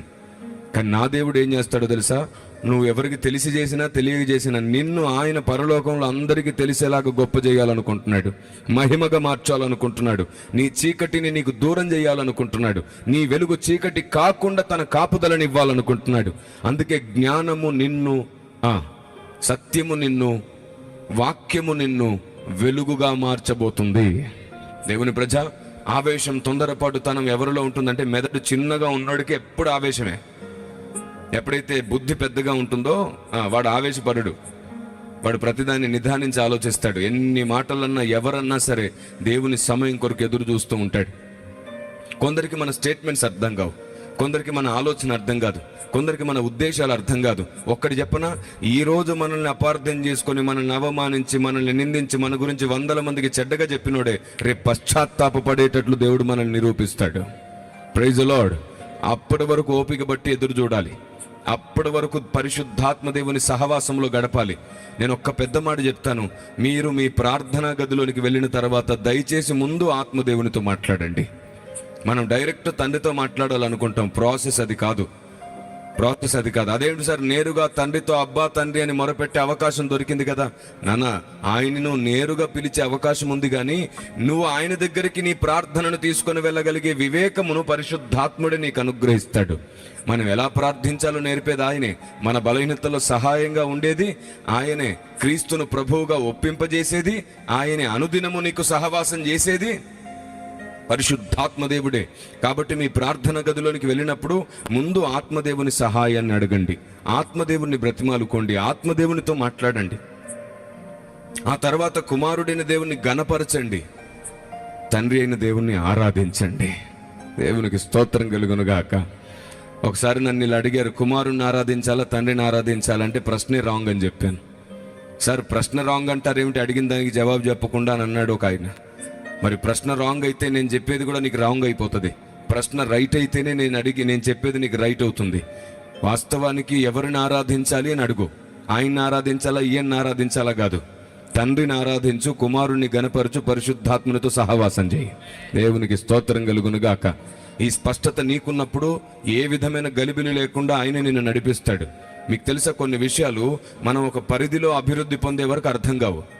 అందుకే మనల్ని శిష్యత్వం చేయమని అన్నారు. శిష్యత్వం, డిసైపుల్షిప్ అనేది చాలా ముఖ్యం. నేను శిష్యత్వం గురించి ఒక పుస్తకం రాశాను. శిష్యత్వం అనే దాని గురించి అనేక సూత్రాలతో, అనేక నియమాలతో అద్భుతమైన పుస్తకం రాశాను. ఆ ఒక పుస్తకమే దాదాపుగా 600 పేజీలు శిష్యత్వం అనే దాని గురించి. ఎందరో మహాభక్తులు ఎన్నో పుస్తకాలు రాశారు, ఎన్నో బోధలు చేశారు. కానీ నేను బైబిల్ గ్రంథంలో స్వయంగా చూసిన శిష్యత్వాన్ని, నేను పరిశుద్ధాత్మదేవుడు కోరుకున్న శిష్యత్వాన్ని ఎన్నో సూత్రాలతో, నియమాలతో ముడివేయడం నేను చూశాను బైబిల్ గ్రంథంలో. వాటన్నిటినీ కూడా పేర్చి సంఘానికి అందించే ప్రయత్నంగా వ్యక్తిత్వ నిర్మాణం కొరకు నేను దాన్ని రాస్తున్నాను. దానికి ఒక అద్భుతమైన పేరు పెట్టాను, సైకాలజీ సిస్టమ్ని కూడా సరి చేయడానికి వీలుగా. దేవునికి స్తోత్రం కలుగునుగాక. మన ఆలోచన విధానం, మన సైకాలజీ సిస్టమ్ దేవుని నియమాలతో, దేవుని సూత్రాలతోనే సరిచేయబడి దేవునికి అనుకూలంగా అమర్చబడతాం మనం. కాబట్టి దేవుని ప్రజ, ఒక బౌండరీలో లేదా ఒక అంతస్తులో మనం పూర్తిగా అభివృద్ధి పొందే వరకు మనకు కొన్ని అర్థం కావు. కొన్ని అనుభవ జ్ఞానాలు వచ్చే వరకు కొన్నిటి మీద మనం దృష్టి పెట్టాం. అప్పటి వరకు మనం నమ్మింది నమ్మితేనే వాడు మనకు బంధువు, మనం నమ్మింది నమ్మకపోతే వాడు మనకు శత్రువు అన్నట్టుగా బతుకుతాం. ఈ రోజు ఉన్నటువంటి సిద్ధాంత పోరాటాలన్నీ అవే. అందుకే ఈ రోజుకి మనం వాస్తవ సత్యాన్ని గమనించలేకపోతున్నాం, గుర్తించలేకపోతున్నాం. మేము నమ్మింది నమ్మితేనే వాడు మావాడు అనేవాళ్ళు చాలా మంది ఉన్నారు. అలా కాదు. మనం నమ్మిన వాడు ఒక్కడే, ఆ ఒక్కని యందున్న అందరూ మన వాళ్ళే. Praise the Lord. నా మట్టుకు నేనంటాను, మినిస్ట్రీ ఏదైనా, డినామినేషన్ ఏదైనా, సిద్ధాంతం ఏదైనా, యేసే నా దేవుడిని నమ్మి ఆయన రక్తంలో కడగబడిన వారందరూ క్రీస్తునందు నా కుటుంబమే. సిద్ధాంత విభేదాలు అంటారా, ఈరోజు అర్థం కానిది రేపు అర్థమవుతుంది. ఈ ఆలోచన, ఈ సహనం, ఈ ఓపిక ప్రపంచమంతటా అర్థమయ్యేటట్లు చేయడానికి పరిగెడుతుంది WCM. దేవునికి స్తోత్రం కలుగునుగాక. ఆమేన్. బోధల పేరట, సిద్ధాంతాల పేరట విమర్శించుకోవడం కంటే కూడా వివరణతోనే అనేకుల్ని మనం సంపాదించి దేవునికి అనుగ్రహించగలుగుతాం. మీరు చెప్పండి, విమర్శ గొప్పదా, వివరణ గొప్పదా? అయితే నేను ఒక మాట అన్నాను, దాన్ని నేను వివరిస్తాను. సాక్షాత్తు దేవుడే వచ్చి బోధించిన అందరూ సత్యమును ఒకేలాగా నమ్మలేరు అన్నాను. అందుకు దేవుడు ఎంత న్యాయం గలవాడో తెలుసా? ఆయన ఇచ్చిన సత్యమును తక్కువగా అర్థం చేసుకున్నవాడు శరీరంలో తక్కువ అవయవంగా ఉంటాడు. ఆయన పంపిన సత్యమును ఎక్కువగా అర్థం చేసుకున్నవాడు ఎక్కువ అవయవంగా ఉంటాడు, అంటే ఎక్కువ మహిమ గల అవయవంగా ఉంటాడు. ఎక్కువ తక్కువ అనే పదం మీకు అర్థం అవ్వడానికి మాత్రమే వాడుతున్నాను. కొందరు విమర్శకులు దీన్ని కూడా ఎలా చేస్తారంటే, ఎక్కువ అవయవం అంటే పెద్ద అవయవం అని, తక్కువ అవయవం అంటే చిన్న అవయవం. ఇట్లాంటి తెలివి తక్కువ వాళ్ళు చాలా మంది ఉన్నారు. 20 సంవత్సరాల నుంచి ఎగుతున్నాను నేను, చెప్తున్నాను కదా. ఏదో ఒక దాన్ని తప్పుగా బట్టి హేళన చేయాలి, జోక్ చేయాలి, లేదంటే వేడుకగా మార్చాలి అని చూసేటువంటి వాళ్ళు ఉన్నారు. నేను చెప్తున్నాను, ఒకటి వినండి. విమర్శకులు ఎప్పుడు భక్తులు కాదు. విమర్శకులు భక్తులు కాదు. అవమానించేవారు భక్తులు కాదు. వారు వాక్య సేవ చేస్తున్నట్టు కాదు, వారు దేవునికి నచ్చింది చేస్తున్నట్టు కాదు. విమర్శ అనేది చాలా పెద్ద తప్పు విధానం ఇది. అంటే వీళ్ళు అంటారు, యేసు ప్రభు ఆ రోజు శాస్త్రులని పరిచయాన్ని విమర్శించలేదా అంట. మీకు తెలుసా, యేసు ప్రభు తన చిన్న వయసు నుండి 12 సంవత్సరాల వయసు నుండి వాళ్ళ మధ్యలోనే ఉన్నాడు. 18 సంవత్సరాల పాటు వారి మధ్యలో వారితో మాట్లాడుతున్నాడు, వారితో వాదిస్తున్నాడు, వారికి వివరిస్తున్నాడు, వారికి అర్థమయ్యేటట్టు చెబుతున్నాడు. 18 సంవత్సరాల తర్వాత ఇంకా వాళ్ళు వినరు అన్నాక అప్పుడు అన్నాడు, పులిసిన పిండి మీది అని. అప్పుడు అన్నాడు, సర్ప సంతానమా అని. అప్పుడు అన్నాడు, సున్నము కొట్టిన సమాధుల్లారా అని. అప్పటి వరకు ఆయన ఓపికతో ఉన్నాడు. యేసు ప్రభు 18 సంవత్సరాలు ఏం చేశాడండి అని అడుగుతుంటారు కొందరు. 18 సంవత్సరాలు ఎక్కడున్నాడండి? భారతదేశానికి వచ్చి యోగా నేర్చుకున్నాడంట అని అంటారు. ఇదిగో నేను ఒక పుస్తకం రాశాను, క్రీస్తు ప్రయాణం చేసిన దేశాలు అనే టైటిల్ పెట్టాను. క్రీస్తు ప్రయాణం చేసిన దేశాలు అనే మాట ఎందుకు పెట్టానంటే, ఆ టైటిల్ ద్వారానైనా సరే వారు సత్యం తెలుసుకోగలుగుతారని, ఆ టైటిల్ ద్వారా వారు నిజం తెలుసుకోగలుగుతారని. దేవుని ప్రజ, క్రీస్తు ప్రయాణం చేసిన దేశాలు ఈ పుస్తకం. ఈ అద్భుతమైన పుస్తకంలో యోనా ప్రవక్తను గూర్చిన మర్మము కూడా ఉంది. అందరూ దీన్ని సంపాదించవచ్చు. దీంట్లో చారిత్రాత్మకమైన ఆధారాలు ఉన్నాయి. యోనా ప్రవక్త ప్రత్యక్షత ఉంది. దీని వలన మీరు అనేకులకు ధైర్యంగా జవాబు చెప్పగలుగుతారు. నేను చెబుతున్నాను, ఏమిటో తెలుసా? యేసు ప్రభు 18 సంవత్సరాలు ధర్మశాస్త్రం విషయంలో జాగ్రత్త వహించాడు. 18 సంవత్సరాలు తన వాడుక చొప్పున సమాజ మందిరానికి వెళ్ళాడు. 18 సంవత్సరాలు ధర్మశాస్త్రం అంతా నెరవేరుస్తూ వస్తున్నాడు. 18 సంవత్సరాలు బోధ మొత్తాన్ని జరిగిస్తూ వస్తున్నాడు. 18 సంవత్సరాలు చెక్కు చెదరని వాడిగా నిలబడ్డాడు, నీతిమంతుడిగా నిలబడ్డాడు. ఎంత నీతిమంతుడైతే యాజకులు ప్రవక్తలు మాత్రమే నిలబడి చదవాల్సినటువంటి సంగతులను ఆయన్ని పిలిచి చదివించారు అక్కడ. Praise the lord. 18 సంవత్సరాలు వాళ్ళ మధ్యలోనే ఉన్నాడు కాబట్టి ఆయన వాళ్ళకు బోధకుడా అనే బిరుదు ఆయనకి ఇచ్చారు. ఆయన బోధకుడని పిలువబడ్డాడు. ఆమేన్. అసలు ఇశ్రాయేలు ప్రజలు బయట నుంచి ఎవరైనా వెళ్ళి వేరే దేశానికి వెళ్ళి వస్తే, వేరే దేశం నుండి వస్తే అంగీకరించరు. ఏమనుకుంటున్నారు మీరు? ఇశ్రాయేలు ప్రజల్ని పొరపాటుగా అంగీకరించారు. ఏదో పిచ్చి పిచ్చి ఎన్నో ఆధారాలను, ఎన్నో రకాల కల్పితాలను పుట్టించారు. ఈరోజు లోకంలో ఆధారాలు పుట్టించడం పెద్ద విశేషమా? లేదు. కానీ నిజానికి అబద్ధానికి ఉన్న డిఫరెన్స్ కాలం నిర్ణయిస్తుంది. అందుకే ఈరోజు నువ్వు తొందరపడి అబద్ధం వైపు వెళ్ళిపోకు. నిదానంగా ఉంటేనే నిజం తెలుస్తుందంట అంటారు కదా పెద్దలు. నిలకడలో తెలుస్తుంది అని అంటుంటారు. మనకేమో షుగర్ ఎక్కువ, మనందరికీ షుగర్ వ్యాధి ఎక్కువ. షుగర్ వ్యాధి లేకపోయినా అలాగే ప్రవర్తిస్తాం. పదే పదే పదే తొందరపడతాను. నేనేదో చెప్పకనే చెప్పేశాను కదా, మీకు అర్థమయ్యే ఉంటుంది. అర్థమయ్యే వరకు కొందరు నవ్వుతున్నారు. షుగర్ వ్యాధి విపరీతంగా ఉంటే ఒక వ్యక్తి అక్కడే ఒక దగ్గర కూర్చోలేడు. 10 నిమిషాలకు ఒకసారి తప్పనిసరిగా వెళ్తా వస్తూ ఉంటాడు. అది పరిస్థితి. ఎక్కువ ఉంటే అదే పరిస్థితి. పాపం వాళ్ళు చాలా ఇబ్బంది పడిపోతుంటారు. ఈరోజు కూడా కొందరికి అంతే పరిస్థితి అన్నమాట. అస్సలాగరు. తొందర ఎక్కువ, తుత్తరెక్కువ, ఆవేశం ఎక్కువ. వాళ్ళకి అక్షరం తెలుసని, పరిశోధన తెలుసని, చరిత్ర తెలుసని, థియాలజీ తెలుసని తొందరపాటు ఎక్కువ, చాలా తొందరపాటు ఎక్కువ. ఒక పెద్ద మాట చెప్తున్నాను వినండి. కొన్నిసార్లు మూల భాష అయినా సరే అక్షర స్వరమే వినబడొచ్చు, కానీ మూల భాషను కూడా ఆత్మదేవుడు అర్థమయ్యేటట్లు బోధించగలడు. థియాలజీని తృణీకరించొద్దు, అలాగని స్పిరిచువాలిటీని పక్కన పెట్టొద్దు. రెండింటిని కలిపి సమంగా నడిపించగలగాలి మనం. దేవునికి స్తోత్రం. అవును, ఆయన వాక్యము 2 అంచెల ఖడ్గము వంటిది కదా. థియాలజీ, స్పిరిచువాలిటీ లాగా మన చేతుల్లో కూడా ఖడ్గముగా పనిచేస్తుంది. దేవుని జ్ఞానము, ఆత్మీయత 2 ఉండాలి. ఆత్మ కలిగిన వాడిని జ్ఞానం కలిగిన వాడు తృణీకరిస్తాడు, జ్ఞానం కలిగిన వాడిని ఆత్మ గలవాడు తృణీకరిస్తాడు. అది లేదని వీడంటాడు, ఇది లేదని వాడంటాడు. సాతాను మధ్యలో ఉండి ఎంజాయ్ చేస్తారు, ఈ సర్కస్ ఏదో బాగుంది అని. వాడి ముందు సర్కస్ చేస్తున్నాం మనం, ఎంత దౌర్భాగ్యం. ప్రకటన గ్రంథంలో ఉన్న మాట ఎంత విచిత్రం. వాడి సింహాసనం దగ్గర కాపురం చేస్తుందంట. నేనంటాను, సంఘము కాపురం ఉన్న దగ్గరికే వాడొచ్చి సింహాసనం సరి చేసుకుంటున్నాడు, సింహాసనం ప్రతిష్ఠించుకుంటున్నాడు. సంఘం ఉన్న చోటే వాడు సింహాసనాన్ని నిలబెట్టుకుంటున్నాడు. దేవుని ప్రజ, ఈరోజు పరిశుద్ధాత్మ దేవుడు మీతో మాట్లాడుతున్నాడు. నీకు బాధ్యత ఉన్నది. నువ్వు చనిపోక మునిపే దేవుని మనసులో చోటు సంపాదించుకోవాలి. నీకు నచ్చినట్లు ఇన్నాళ్ళు నువ్వు ఆలోచించావు. నీ సొంత కుటుంబంలో నీ ఆలోచన ఒకే, ఇది దేవుని కుటుంబం. మనలో పొరపాటు ఉంటే దాన్ని సవరించుకోవడానికి దేవుడు మనకు మనసునిస్తాడు, ప్రత్యక్షత గల మనసునిస్తాడు. అవును, మనం ఒక్కొక్కటి మార్చుకోవడానికి దేవుడు మనకు ఆయుష్నిస్తున్నాడు. మనకు దేవుడిచ్చిన ఈ ఆయుష్ను వృధా చేసుకొనకుండా ఆయన మనకు అనుభవ జ్ఞానము చొప్పున ఇచ్చు ప్రతి ప్రత్యక్షతను, జ్ఞానమును సరి చేసుకుందాం. మన జీవితాల్లోని పొరపాట్లను సరి చేసుకుందాం జ్ఞానము ద్వారా. అందుకే నేను చెప్తున్నాను, మీరు దేవుడే దిగి వచ్చి సత్యం బోధించిన అందరూ ఒకేలా నమ్మలేరు. ఒకేలా నమ్మలేరంటే ఆయన చెప్పిన ఉద్దేశాన్ని నమ్మలేరు. చాలా మంది నమ్మిన వాళ్ళందరూ తలలాగవుతారు, నమ్మని వాళ్ళందరూ మిగతా అవయవాలుగా ఉంటారు. అందుకే మనం వేరు వేరు అవయవాలు అయినప్పటికీ ఏక శరీరం అన్నాడు. మీరు చెప్పండి, అవయవాలన్నిటికీ ఒకటే విలువ ఉంటుందా? ప్లీజ్ చెప్తారా?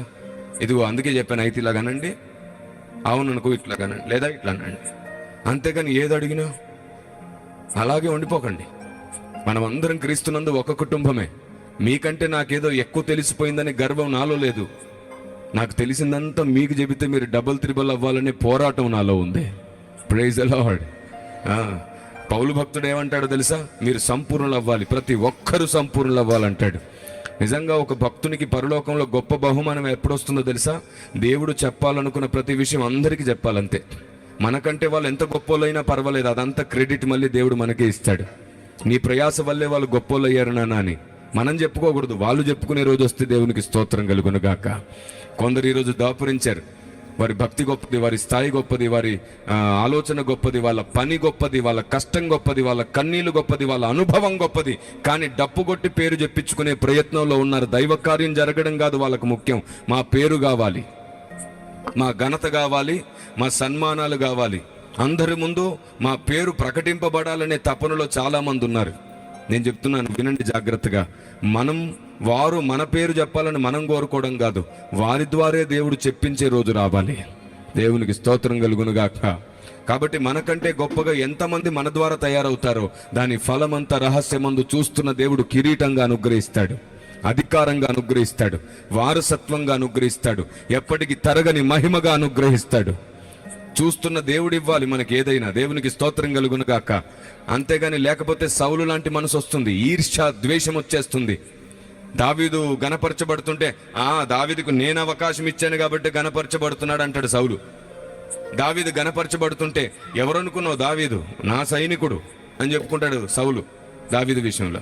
దావీదు అందరితో పొగడతలతో ఉంటుంటే దావీదు నా గురించి ఏం గొప్పగా చెప్పట్లేదు ఏమిటి అని అనుకుంటాడు సౌలు. సౌలు ఆత్మ పట్టిన గొప్ప భక్తులెందరో ఈరోజు తొందరపడి కల్పితాలు వినేసి తమ భక్తి జీవితంలో ఓ పొరపాటు చేస్తున్నారు. మళ్ళీ చెప్తున్నా, వారి భక్తి గొప్పది, వారి విశ్వాసం గొప్పది, వారి మంచితనం గొప్పది, వారి సేవ గొప్పది, వారు గొప్పవారు.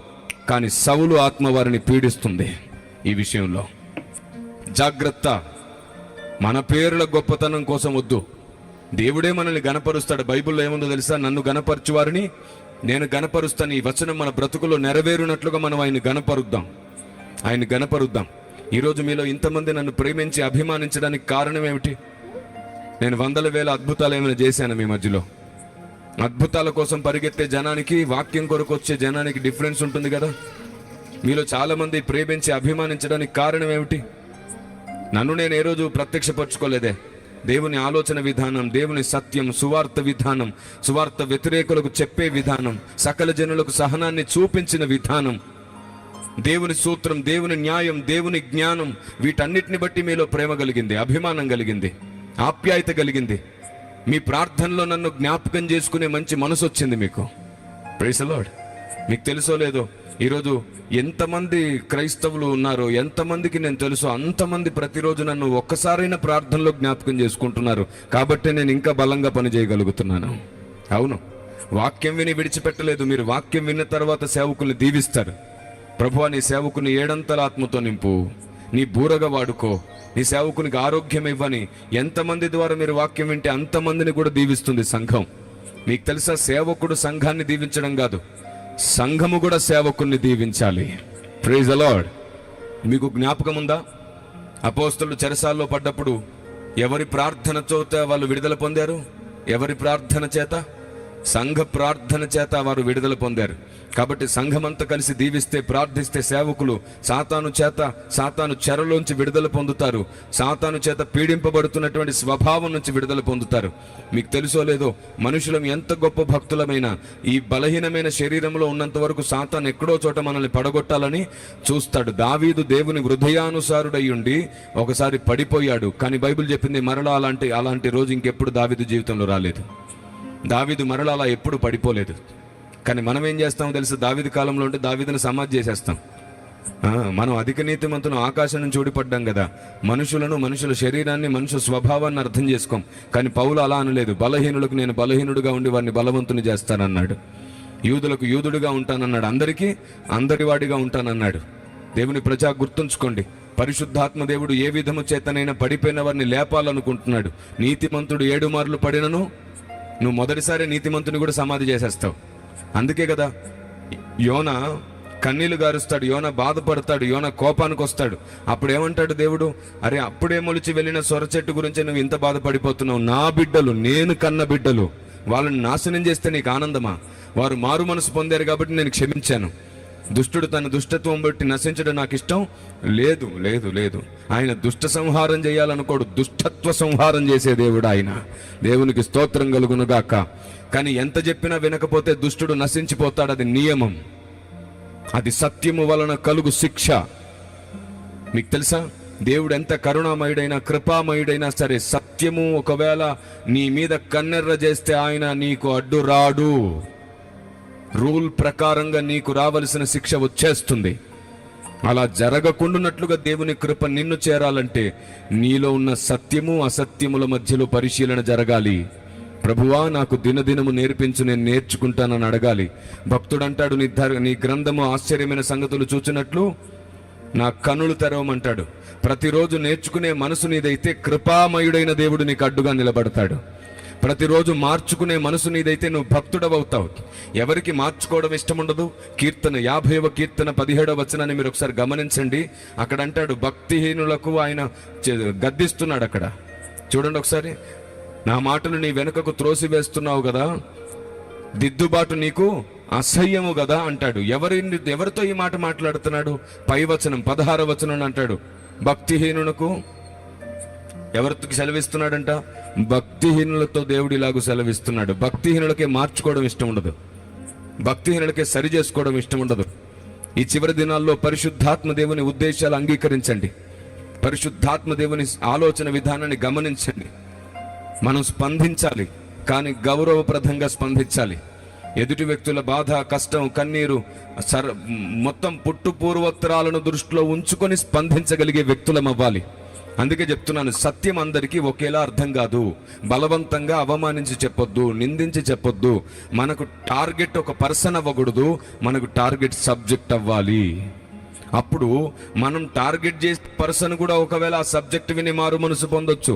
ఎదురాడు వాడికే మారు మనసుని ఇవ్వాలనుకుంటున్న దేవుడు ఆయన. దేవునికి స్తోత్రం కలుగునుగాక. Praise the lord. ఎదురాడేవాడికే మారు మనసుని ఇవ్వాలనుకుంటుంటే భక్తులకు ఇవ్వడా? ఇస్తాడు. నేను మీకు ఒక చిన్న ప్రాక్టికల్గా నా జీవితంలో జరిగింది చెప్తాను.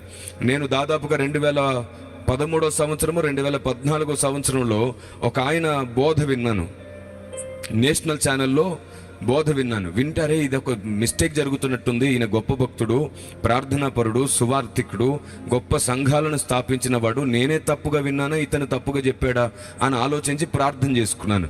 ప్రార్థన చేసేసి దాని గురించి ఎంతో పరిశీలన చేశాను, చాలా మందిని అడిగి తెలుసుకున్నాను. అతని పేరు చెప్పి అవమానించి అడగలేదు, నేను నా డౌట్ అని అడుగుతూ తెలుసుకున్నాను. అప్పుడు నేను ఒక కంక్లూజన్కి వచ్చాను. ఈ పరిశోధన అంతా కూడా దాదాపుగా ఒక 2 నెలలు 3 నెలలు కొనసాగింది. ఒక కంక్లూజన్కి వచ్చిన తర్వాత ఆ సేవకుడే ఈ విషయంలో పొరబడ్డాడు అని నాకు అర్థమైపోయింది. అర్థమైపోయినాక నేను చేసిన ప్రార్థన ఏమిటో తెలుసా? ఆయనేమో నేషనల్ ఛానల్లో అప్పటికి వాక్యం బోధిస్తున్నాను, నేనేమో అప్పటికి పల్లె గ్రామాల్లో సేవ చేస్తున్నాను. 760 గ్రామాలకు పైగా స్వయంగా తిరిగి సువార్త చేసే అవకాశం ఇచ్చాడు దేవుడు నాకు. Praise the Lord. దేవునికి స్తోత్రం కలుగును గాక. 2015 సంవత్సరము 16 సంవత్సరం మధ్యలో ఒక్క ఆ సంవత్సరంలోనే 164 గ్రామాలు తిరిగి సువార్త చేసే అవకాశం దొరికింది. ఆ తర్వాత దేవుడు అనేక రాష్ట్రాలు దేశాలు తిప్పి వాడుకుంటున్నాడు. అవకాశం ఉన్నప్పుడు గ్రౌండ్ లెవెల్లో నలగండి, దేవుడే నిన్ను నిరూపించినప్పుడు స్టాండ్ లెవెల్లో నిలబెడతాడు. Praise the lord. ఆమేన్.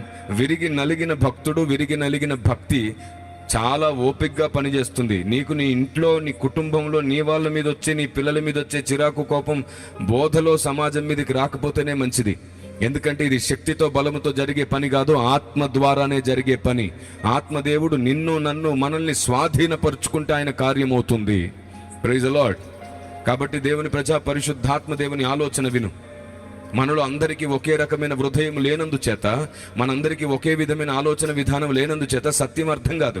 నీకు అర్థమైతే తల అవుతావు, అర్థం కాకపోతే మిగతా అవయవంగా మారుతావు. ఇప్పుడు బలవంతంగా రుద్దాల్సిన పని లేదు, బలవంతంగా అవమానించాల్సిన పని లేదు. సంఘానికి ఏదో నష్టం జరిగిపోతుందని కొందరు తొందరపడుతున్నారు. నువ్వు ఆత్రత పడితే అక్కడేదో జరిగిపోదు, అలాగని నువ్వు ఆలస్యం చేసినంత మాత్రాన నష్టమే అయిపోదు. నువ్వు సమయోచితంగా ఆత్మదేవుని నియమం ప్రకారంగా పనిచేస్తూ వెళ్లాల్సిందే. దీనికి అర్థమయ్యేటట్టు ఒక మాట చెప్పనా? భారతదేశంలో మనం ఎంత ప్రాణాలిచ్చి, ఎంత ఇష్టంగా, ఎంత తగ్గించుకొని, ఎంత ప్రేమగా మాట్లాడినా సరే అందరూ సువార్త నమ్మరు. 100% ఉన్నారనుకోండి, 70% నమ్మి 30% నమ్మకపోవచ్చు. అదేమిటి సార్ అంత మాట అంటారు? నమ్మరంటారేమిటి? నేను నమ్మరు అని చెప్పించట్లేదురా నాన్న, మీకు అలా అర్థమైతే చాలా పెద్ద పొరపాటు చేస్తున్నారు. నేను జరిగే విషయమే చెప్తున్నాను, నేను జరిగే విషయమే చెబుతున్నాను. ప్రకటన గ్రంథంలో జరగబోయే సంగతులు ఉన్నాయంటే దేవుడు అలా కోరుకున్నాడా జరగాలని? కాలక్రమేపీ ఏం జరగబోతుందో చెప్పాడా? దేవుడు కోరుకున్నది కాదు అది. నియమం ప్రకారంగా ఏం జరగబోతుందో చెప్పాడు ఆయన.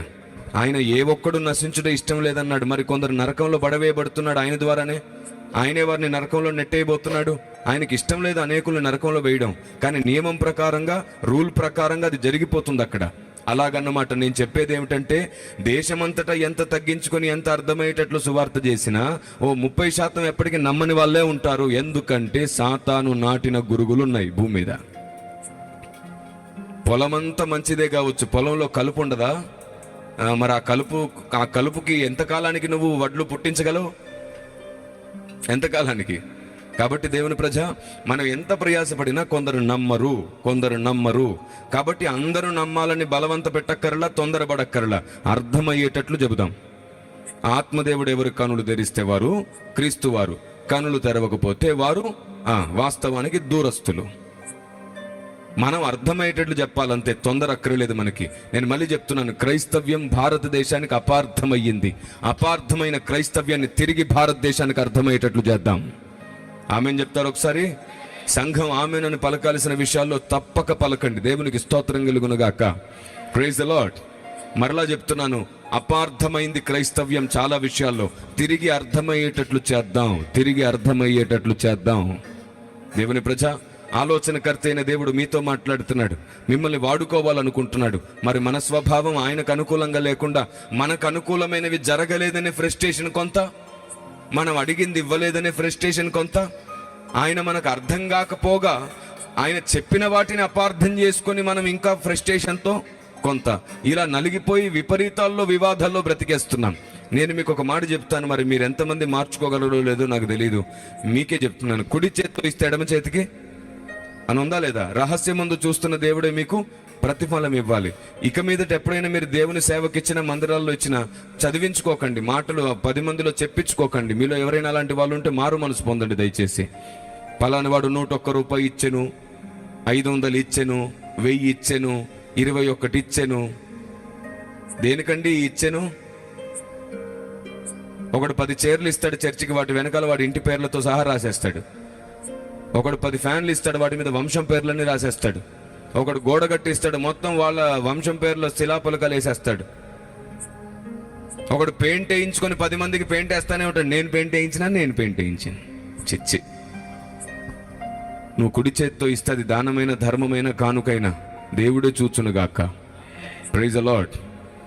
అయితే అది నమ్మకంగా వాడబడుతుందా లేదా చూడడానికి సంఘ కాపురు ఉంటాడు. ఒక 4గురికి బాధ్యత అప్పగిస్తే వాళ్ళు బుక్ మెయింటైన్ చేస్తారు, దాంట్లో ప్రతి రూపాయి రాసుకుంటారు. దేవుని డబ్బును ఎవరైనా దొంగతనంగా, స్వార్థంగా తింటే వారు శాపగ్రస్తులు అవుతారు. బైబిల్లో ఉన్న విషయమే కదా. అననీయ సప్పీర తెచ్చిన దాన్ని అబద్ధం ఆడినందుకే దేవుడు ఎంత దుఃఖపడ్డాడు, అవునా కదా? కాబట్టి దేవుని డబ్బు ఎవరి చేతికైనా ఉంటే వాళ్ళు యూదాలు కాకుండా జాగ్రత్త పడాలి. ఏమన్నాను నేను? దేవుడు డబ్బు చేతికి ఇస్తున్నాడంటే యూదాలు కాకుండా మీ స్వబుద్ధితో డబ్బు వాడకుండా చూసుకోవాలి, పూర్తి అనుమతితో వాడాలి. అవును, అలా కాకుండా స్వబుద్ధిని వాడి సర్వాధికారం వాడి నాకే అధికారం ఉంది, వాడి దగ్గర పేరు సంపాదించుకోవాలి, వీడి దగ్గర పేరు సంపాదించుకోవాలి, వాడితో వీడితో కలిసి ఉండాలి, నేను గొప్ప అయిపోవాలని థాట్తో ఎప్పుడైతే మనం చేస్తామో దేవుని పరిచర్యకు నష్టాన్ని చేసిన వాళ్ళం అవుతాం. ఈ భూమి మీద సిరి స్త్రీ ఈ రెండు చాలా ప్రమాదకరంగా సాతాను చేతులు ఆయుధంగా వాడబడుతున్నాయి ఈ చివరి దినాల్లో. సిరి స్త్రీ ఇక్కడే మనుషులు పడిపోతున్నారు చాలాసార్లు. సాతాను అలాగే వాడుకుంటున్నాడు వారిని. దేవుని ప్రజా మరలా చెప్తున్నాను, ఎందరో అమాయకుల ఈ భూమి మీద సాతాను చేత శోధింపబడుతుంటే వారిని తిరిగి సంపాదించి అగ్ని జ్వాలలుగా మార్చే ప్రయత్నం చేద్దాం. ఆరిపోయే దీపాలను తిరిగి మండించే ప్రయత్నం చేద్దాం. అప్పుడు సర్వోన్నతుడైన దేవుడు మనకు సహాయం చేస్తాడు. ఇలా జరగకుండా సాతాను ఏం చేస్తున్నాడు తెలుసా? మన హృదయాలలో ఉన్న వాక్యమును ఎత్తుకొని పోతున్నాడు. మత్తయి సువార్త మీరందరూ చూస్తారా? మత్తయి సువార్త 13వ అధ్యాయము 16వ వచనం. మత్తయి సువార్త 13వ అధ్యాయము 16వ వచనం. అయితే మీ కనులు చూచుచున్నవి కనుక అవి ధన్యములైనవి. మీ కన్నులు చూచుచున్నవి గనుక ధన్యములైనవి. మీ చెవులు వినుచున్నవి గనుక అవి ధన్యములైనవి. ధన్యములైనవి. అనేక ప్రవక్తలను నీతిమంతులను మీరు చూచు వాటిని చూడగోరియు చూడకపోయిరి. ఆ మాట విన్నారా? అనేక మంది ప్రవక్తలు నీతిమంతులు చూడాలనుకున్నవి చూడలేదు, వినాలనుకున్నవి వినలేదు. మరి వాళ్ళకంటే మనం గొప్ప వాళ్ళమనే విషయాలన్నీ విని చూడగలుగుతున్నామా? కాదు. వారి కాలంలో దైవ చిత్తంలో లేనిదది. మన కాలం ముగింపుకు వచ్చేసింది. దేవుడు ఇంకా అన్ని బయలుపరిచే కాలం ఇది. వారు మనకంటే గొప్ప వాళ్ళే, వారికంటే మనం ఏ విషయంలో గొప్ప వాళ్ళము కాదు. కానీ వారు విడిచిన గొప్ప పని చేసే గొప్ప ధన్యత మనకు వచ్చింది. పని గొప్పది, దాన్ని చేస్తున్నందుకు మనం గొప్పలం అవుతుంది. వారు బోధించలేక కాదు, ఆ రోజు అనుమతించబడలేదు వారికి. వారు పరిశీలించలేక కాదు, వారి పరిధిలో వారు పని చేయాల్సి వచ్చింది. దానియేలు, అంత్య దినము వరకు నువ్వు దీనిని ముద్ర వేసి ఉంచుము అన్నాడు. అలా భక్తులకు కొన్నిసార్లు అనుమతి లేదు, కొంత పరిధిలో వారు పనిచేశారు. ఆనాడు బయలుపడింది, ఆనాడు ప్రకటింపబడింది, ఈనాడు ప్రకటించబడుతుంటే వారిని అవమానిస్తున్నట్టు కాదు, వారికి నిందిస్తున్నట్టు కాదు, వారు చెప్పిందని తృణీకరిస్తున్నట్టు కాదు. వారు చెప్పిన కోణంతో పాటు మరొక కోణం కూడా ముందుకు వస్తుంది. వాక్యము వజ్రముఖము లాంటిది, బహుముఖత ఉంటుంది. వాక్యానికి ఎన్నో ఉద్దేశాలు జతపరచబడి ఉంటాయి. వాటన్నిటిని తెలుసుకోవాలి. అప్పుడే మనం సంపూర్ణ సత్యంలోనికి వెళ్తాం. దేవునికి స్తోత్రం కలుగునుగాక. Praise the lord.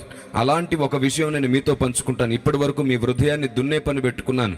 సాతాను ఎత్తుకొని పోతున్నాడు అన్నాను కదా, దాని గురించి కూడా ఒక మాట చూద్దాం. మార్కు సువార్త 4వ అధ్యాయంలో ఒక మాట ఉంది చూడండి, 15వ వచనంలో. మార్కు సువార్త 4వ అధ్యాయం 15వ వచనం.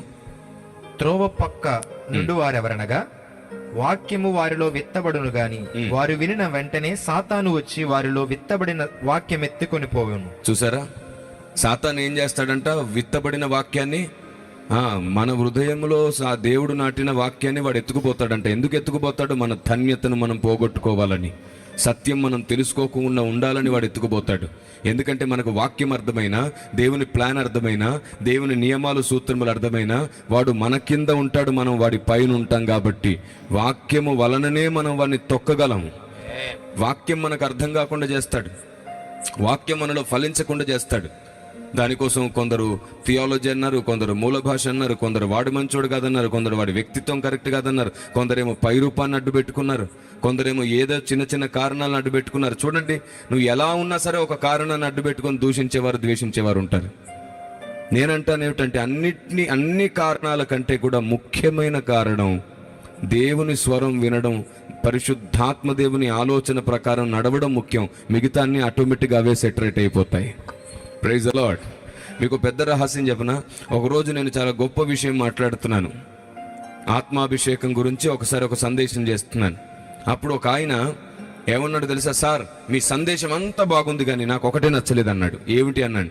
మీరు బ్లేజర్ వేసుకోవడం నాకు నచ్చలా, మీరు షూటు బూట్ వేసుకోవడం నాకు నచ్చలా. మరి ఏం చేయాలంటే వైట్ అండ్ వైట్ వేసుకోమన్నాడు. లాల్చీ వేసుకుంటేనే మంచిది, వైట్ వేసుకుంటేనే మంచిది అన్నాడు. ఇప్పుడు చెప్పండి, ఆయనకి ఏం అడ్డొచ్చింది? సందేశం అంతా పక్కన పెట్టి ఆయన ఏం చూస్తున్నాడు? ఇట్లాగా తయారయ్యారనమాట. కొందరేమో ఎవరైనా బంగారం వేసుకున్నారనుకోండి, అసలు వీళ్ళు భక్తులే కాదంటారు. కొందరేమో ఆ చర్చికి సంబంధించిన వాళ్ళు కాబట్టి భక్తులు కాదంటారు. కొందరు ఈ డినామినేషన్కి సంబంధించింది కాబట్టి భక్తులు కాదంటారు. హృదయములో ఆత్మదేవుని మాట వినకపోతే, ఆత్మదేవుని ఆలోచన లేకపోతే నువ్వు భక్తుడో కాదు, భక్తురాలివి కాదు. నువ్వు ఆత్మదేవుని సంతోష పెట్టకపోతే నీది భక్తి కాదు, నువ్వు భక్తుడవు కాదు.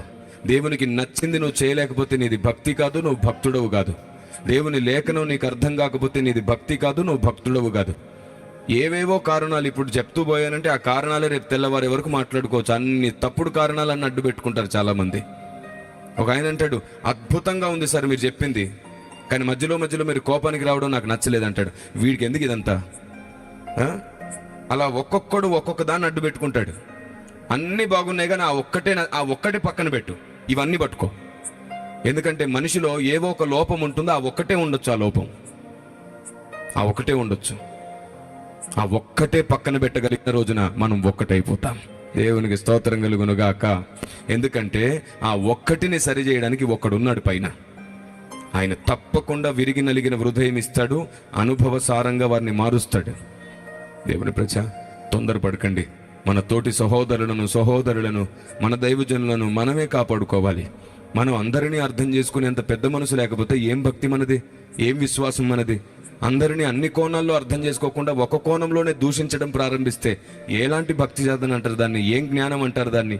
కాబట్టి ఈరోజు పరిశుద్ధాత్మదేవుడు మీతో మాట్లాడుతున్నాడు. మీలో గాని కయ్యను స్వభావం, కోరావు స్వభావం, బిలాము స్వభావం ఉంటే వాక్యం మీలో ఫలించదు, సాతానెత్తుకొని పోతూనే ఉంటాడు. నువ్వు వాక్యం విని గొప్పగా ఉందంటావు, చాలా గొప్పగా చెప్పారంటావు, మళ్ళీ అదే వాక్యం 10 మందికి నువ్వు చెప్పలేవు. వాడు ఎత్తుకుపోతాడు, నీ జ్ఞాపకంలో ఉండదు. ఇంకా సాతాను ఎత్తుకుపోతాడు. ఎలాంటి వారంటే వీరు? త్రోవ పక్కన ఉండేవారంట వీరు. ఎన్ని రకాల హృదయాలు ఉన్నాయి? ముళ్ళ పొదలు కలిగిన హృదయం అంట, ఐహిక విచారం గలవారు, రాతి నేల గలవారు, కఠిన హృదయం గలవారు. ఇలా ఒక్కొక్కడు ఒక్కొక్క స్వభావం చేత ఈడ్చబడుతున్నాడు. దేవుని ప్రజ, దేవుని వాక్యం చెప్పే సంగతుల మీద మన దృష్టి పెడదాం. కాబట్టి ఈరోజు నేను మీ మధ్యలో ముందు మీ హృదయాన్ని దున్నడంతో పాటు కొన్ని ఉన్నతమైన నియమాలు, సూత్రములు మీకు అర్థమయ్యేటట్టు చేశాను. ఇప్పుడు ఒక వాక్య మర్మమును, ఒక వాక్య పరిశోధనను మనం నేర్చుకుందాం. మీకు తెలుసా, బైబిల్లో ఒక వచనం ఉంది, ఆదికాండం 7వ అధ్యాయం 15వ వచనంలో. ఈ వచనం చూడగానే మనం కొంచెం కన్ఫ్యూజన్లో ఉంటాం. ఏంటా కన్ఫ్యూజన్ అంటే, మనిషికున్న ఆత్మ జంతువులకు కూడా ఉందా, జంతువులకి మనుషులకు ఒకే ఆత్మ ఉందా అనే డౌట్ వస్తుంది ఇలాంటి వచనాలు చదివినప్పుడు. అలాంటి వచనాలకు కూడా దేవుడు తిరుగులేని జవాబిస్తూ మరికొన్ని వచనాలు మాట్లాడాడు. గుర్తుంచుకోండి, ఏదైనా ఒక వచనం స్టేట్మెంట్ ఇస్తే దాన్ని వివరించడానికి అనేక వచనాలను దేవుడు బైబిల్ గ్రంథంలో పెడతాడు. కొన్నిసార్లు స్టేట్మెంట్ దేవుని స్వరం కాకపోవచ్చు, స్టేట్మెంట్ వెనకాల ఫిల్టరేషన్ ఉండొచ్చు. చెప్పాను కదా, మూర్ఖులు సత్యం తెలుసుకోకూడదు అని దేవుడు కావాలని కొన్నిసార్లు కొన్ని స్టేట్మెంట్స్ని డైరెక్ట్గా అర్థం కాకుండా చెప్తాడు. మరలా దాన్ని వివరంగా అర్థమయ్యేటట్లు చాలా చోట్ల దాచిపెట్టాడు. అందుకే దేవుని వాక్యం కొంచెం కొంచెం అచ్చట మనకు వచ్చును అని ఉంటుంది. కొన్నిసార్లు ఆయన మాట చాలా కటువుగా ఉంటుంది, కానీ దాని వెనకాల దేవుని న్యాయం ఒకటి ఉంటుంది. సౌలుతో ఏమంటాడు? నువ్వు వెళ్ళి శత్రువులను చంపేసే, ఎవరిని మిగలనివ్వకు, స్త్రీలు, పురుషులు, జంతువులు, మనుషులు, ఎవ్వరు మిగలకూడదు, పిల్లల్ని కూడా మిగలొద్దు అని అంటే, ఇప్పుడు ఈ చదివే వాళ్ళు ఏమనుకుంటారు చూడండి, స్త్రీలను పిల్లల్ని కూడా మిగలకుండా చంపేయమన్నాడు. ఆ దేవుడు ఏం దేవుడు అండి? శాడిస్ట్ దేవుడు అండి, సైకో దేవుడు అండి అని చెప్పి క్రైస్తవ వ్యతిరేకులు మాట్లాడుతున్నారు. సరిగ్గా చరిత్రలో వెనక్కి వెళ్తే సౌలును దేవుడు ఆజ్ఞాపించడం వెనకాల ఉద్దేశం ఏమిటో తెలుసా? ఎవరినైతే చంపమన్నాడో, ఏ దేశస్తులనైతే వద్దన్నాడో వారికి దేవుడు అనేక అవకాశాలు ఇచ్చాడు, అనేక సార్లు హెచ్చరికలు ఇచ్చాడు, అనేక సార్లు ప్రవక్తలు ప్రవచనాలు చెప్పారు, అనేక సార్లు వారిని పాపం నుంచి బయటికి రమ్మన్నారు. ఆ దేశస్తులు చేస్తున్నటువంటి దుర్మార్గం ఏమిటో తెలుసా? ఆ దినాల్లో వారు చిల్లంగి మంత్రగాళ్ళు, రెండోది వారు జంతువులతో పాపం చేసేవారు, మూడోది పిల్లలను బలిగా అర్పించేటువంటి ఆచారం వాళ్ళలో ఉంది. అంత మాత్రమే కాదు, అక్కడ ఎన్నో దురాచారాలు కొనసాగుతున్నాయి, నరబలులు జరుగుతున్నాయి, మంత్ర విద్యల కోసం మనుషుల్ని చంపేస్తున్నారు, మనుషుల్ని చూపులతోనే వశపరుచుకొని చాలా మందిని పాడు చేసేస్తున్నారు. అంత దుర్మార్గులు అయిపోయారు. చివరికి పడిపోయిన కెరూబుకు నివాసం అయిపోయారు. వారి ద్వారా ఎన్నో వ్యాధులు వ్యాపిస్తున్నాయి. వారి పిల్లలను ఇంకొందరికి ఇచ్చి పెళ్లిళ్ళు చేసేసి వారిని పాడు చేసేసి వశపరుచుకుంటున్నారు, మొత్తాన్ని నాశనం చేసేస్తున్నారు. అప్పుడు అన్నాడు, వీళ్ళకి ఎంత చెప్పినా సరే మారలేదు. మీరు చెప్పండి, కరోనా వచ్చినప్పుడు మన సొంత ఇంట్లో వాళ్ళని కూడా ఎక్కడ పెట్టేవి? తీసుకెళ్ళి దూరంగా పెట్టాల్సి వచ్చిందిగా. తల్లైనా బిల్లైనా తప్పలేదుగా. ఎవరిని దగ్గర పెట్టే అవకాశం దొరకలేదుగా. అలాగే దేవుడు ఆ దినాల్లో భయంకరమైన వైరస్ వారి ద్వారా వ్యాపిస్తుంది, భయంకరమైన వ్యాధులు వారి ద్వారా వ్యాపిస్తున్నాయి, వారి వల్ల అనేక దేశాలు చుట్టూ నాశనం అయిపోతున్నాయి. అప్పుడు దేవుడు తీసుకున్న నిర్ణయం ఏమిటంటే, ఈ ఒక్క భాగం పోతే అందరూ బాగుంటారు. మన శరీరంలో ఏ అవయవానికైనా క్యాన్సర్ వస్తే దాన్ని తీసేయడానికి ట్రై చేస్తారు, అది లేకపోతే శరీరం అంతా బాగుంటుంది అని. దేవుడు ఈ సమస్త సృష్టిని చేసిన వాడు, ఆయన ఒక నిర్ణయం తీసుకుంటే దాని వెనకాల ఎంతో న్యాయం ఉంటుంది. ఇలా అర్థం చేసుకోవడం చేతగాని వాళ్ళు ఎందరో, చరిత్ర తెలియని వాళ్ళు, భక్తి తెలియని వాళ్ళు, దేవుని ఆలోచన తెలియని వాళ్ళు, దేవుని న్యాయం తెలియని వాళ్ళు తొందరపడి మాట్లాడుతున్నారు. మనలో చరిత్ర తెలిసిన వాళ్ళు ఉన్నారు, తొందరపడకుండా మాట్లాడండి. మనలో జ్ఞానం తెలిసిన వాళ్ళు ఉన్నారు, నిదానించి మాట్లాడండి. మనలో ప్రార్థనా పరులు, ఆత్మదేవుని చేత నడిపింపబడుతున్న వాళ్ళు ఉన్నారు, ఆవేశపడకుండా మాట్లాడండి. మనం అందరం అన్నిటిని కలిగిలేం. మీకు తెలుసా, మనందరికీ అన్ని విధముల జ్ఞానం లేదు. దేవుడు తన జ్ఞానమును పంచి ఇస్తున్నాడు అందరికీ, ఎందుకంటే అందరినీ ఒక్కటిగా వాడుకోవాలనుకుంటున్నాడు ఆయన. అదేంటో వింత, మనం అందరం ఆల్రౌండర్లం అవుదాం అనుకుంటున్నాం. మీరు చెప్పండి, క్రికెట్ టీంలో ఎంతమంది ఉంటారు? 11 మంది ఉంటారు. అందరు ఆల్రౌండర్లు అయితే క్రికెట్లో గెలవగలుగుతారా? ఫస్ట్ వాళ్ళు ఓడిపోతారు, ఎవరు గెలవలేరు. ఆల్రౌండర్లు ఉండకూడదు. అందరూ బౌలర్స్ ఒక 4-5 ఉండాలి, బ్యాట్స్మెన్స్ ఉండాలి, అంతేగాని అందరు ఆల్రౌండర్లు అయితే ఎలాగా? అందుకే దేవుని పరిచర్యలో అన్ని నాకే తెలుసు అనే వాళ్ళని దేవుడు ఎంపిక చేసుకోలేదు. కొందరిని సువార్థికులు గాను, కొందరిని కాపరు గాను, కొందరిని బోధకులు గాను, కొందరిని అపోస్తులు గాను, కొందరిని ప్రవక్తలు గాను నిర్ణయించాడు. పరిచర్యలు నానా విధములు గాని జరిగించు ప్రభువు ఒక్కడే. అన్ని పరిచర్యల ఫార్ములా ఒకలా లేదు, అన్ని పరిచర్య యొక్క విధానం ఒకలా లేదు, ప్రాసెస్ ఒకలా లేదు. అందరూ నీకు నచ్చినట్లే చేయాలని నువ్వు అనుకోవద్దు. దేవుని ప్రజ మర్చిపోవద్దు, గుర్తుంచుకోండి. కాలంతో పాటు, సమయంతో పాటు, స్థాయిని బట్టి, అంతస్తుని బట్టి దేవుడు కొందరిని హెచ్చిస్తున్నప్పుడు వారి చుట్టూ దేవుడు ఎన్నో సౌకర్యాలు పెంచుతూ వస్తాడు. వాటిని మనం గౌరవించాలి, రెస్పెక్ట్ చేయాలి, తప్పదు. ఒకనాటి దినాల్లో ఈనాడు ఉన్నట్టుగా సేమ్ పోల్చుకొని అలాగే ఉండాలనుకోవద్దు. కాలంతో పాటు అన్ని మారిపోతున్నాయి, కానీ దేవుని ఆలోచన విధానం అందరిలో స్థాపించబడాలి. Praise the lord. రండి, కొద్దిసేపు మనం ఆదికాండంలో ఉన్న విషయాన్ని కూడా మనం ధ్యానం చేసుకుందాం. చూద్దాం ఒకసారి ఆదికాండము 7వ అధ్యాయం 15వ వచనం. ఆదికాండము 7వ అధ్యాయం 15వ వచనం. సమస్త శరీరంలో రెండేసి ఓడలోనున్న నోవాహు నద్ద ప్రవేశించినవన్నీ. అవును, ఏం శరీరాలు అంటే అవి? జీవాత్మగల సమస్త శరీరాలు. జీవాత్మగల సమస్త శరీరాలు. వింటున్నారా? బైబిల్ని బాగా చదవగలిగేటువంటి గొప్ప అవకాశం దేవుడు మనకిస్తే దాన్ని పోగొట్టుకోవద్దు. జీవాత్మగల సమస్త శరీరాలు. ఈ మాట విన్నప్పుడు మరి జంతువులకు కూడా ఏమున్నట్టు మనం అనిపిస్తుంది మనకి కదా, కానీ వాస్తవానికి జంతువులకు ఆత్మ లేదు. మరి అలా ఎలా చెప్తారు సార్? ఇక్కడ డైరెక్ట్ వచనం ఉంది కదా అంటే, ఈ వచనం నేనే చూపించాను, అది జ్ఞాపకం చేసుకో. ఈ వచనం చూపించే మాట్లాడుతున్నాను, అది జ్ఞాపకం చేసుకో. నీకు తెలియనిది ఒకటి చెప్పడానికి ఇక్కడ నిలబడ్డాను, అది జ్ఞాపకం చేసుకో. అన్ని తెలిసినట్టు ప్రవర్తించకుండా తొందరపడకు, అది జ్ఞాపకం చేసుకో. ఇక్కడ రాయబడింది జీవాత్మగల శరీరం. ఎందుకని జీవాత్మగల శరీరం అని చెప్పి ఈ జంతువులను గురించి కూడా రాయబడిందో మీకు నేను కొన్ని వచనాలు చూపిస్తాను. చూడండి ఒకసారి 2వ అధ్యాయం 7వ వచనం, ఆదికాండం. అయితే దేవుడైన యెహోవా నేలమంటితో నరును నిర్మించి వారి నాసికా రంధ్రములలో జీవవాయువును ఉదగా నరుడు జీవాత్మాయను. ఇప్పుడు నరుడు జీవాత్మ ఎప్పుడయ్యాడు? దేవుడు నాసికా రంధ్రములలో జీవవాయువును ఉదగా నరుడు జీవాత్మ ఆయను. రైట్. ఇక్కడ మీకు ప్రాముఖ్యమైన విషయం చెప్పనా?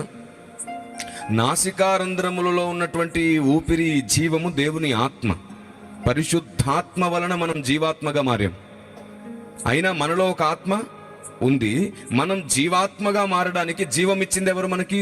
పరిశుద్ధాత్మ దేవుడు. ఎందుకంటే బైబిల్ పరిభాష ప్రకారంగా ఊపిరి, దేవుని ఊపిరి అన్న చోట పరిశుద్ధాత్ముడు అనే విషయం బైబిల్ చెప్తుంది. చూడండి ఒకసారి, మీరందరూ మీ పరిశుద్ధ గ్రంథాలు తెరిచి ఈ ఒక్కొక్క మాటను మనం ధ్యానం చేసే ప్రయత్నం చేద్దాం. చూడండి ఒకసారి. హెజ్కేలు గ్రంథం 27వ అధ్యాయం 9 నుంచి చూడండి. హెజ్కేలు గ్రంథం 37వ అధ్యాయం 9వ వచనం నుండి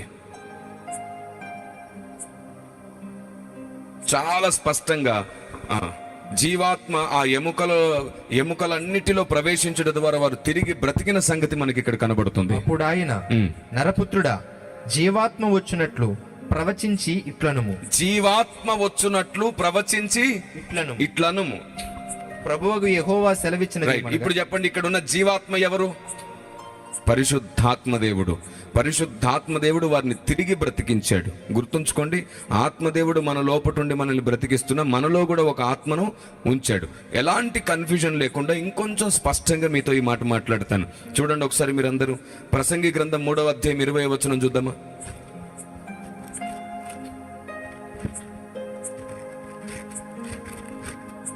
ప్రసంగి గ్రంథం 3వ అధ్యాయం 20-21 వచనాలు. సమస్తము ఒక స్థలమునకే పోవును, సమస్తము మంటిలో నుండి పుట్టెను, సమస్తము మంటికే తిరిగిపోవును. నరుల ఆత్మ పరమునకెక్కిపోవునో లేదో, మృగముల ప్రాణము భూమికి దిగిపోవునో లేదో ఎవరికి తెలియను. ఈ మాట గమనించారా? నరుల ఆత్మ అన్నాడు, మృగముల ప్రాణము అన్నాడు, కానీ మృగముల ఆత్మ అని కానీ అన్ని ఒకటి దగ్గరికి వెళ్ళిపోతున్నాయనే మాట అన్నాడు. అక్కడ మళ్ళీ కన్ఫ్యూజన్. మళ్ళీ చెప్తున్నా, అందరికీ అన్ని అర్థం కాకుండా ఉండడానికి కావాలని ఆత్మదేవుడు ఈ విధంగా రచించాడు బైబిల్ని. మూర్ఖులకు అర్థం కాకూడదు. మరి ఎవరికి అర్థం కావాలి? కీర్తన 25వ కీర్తన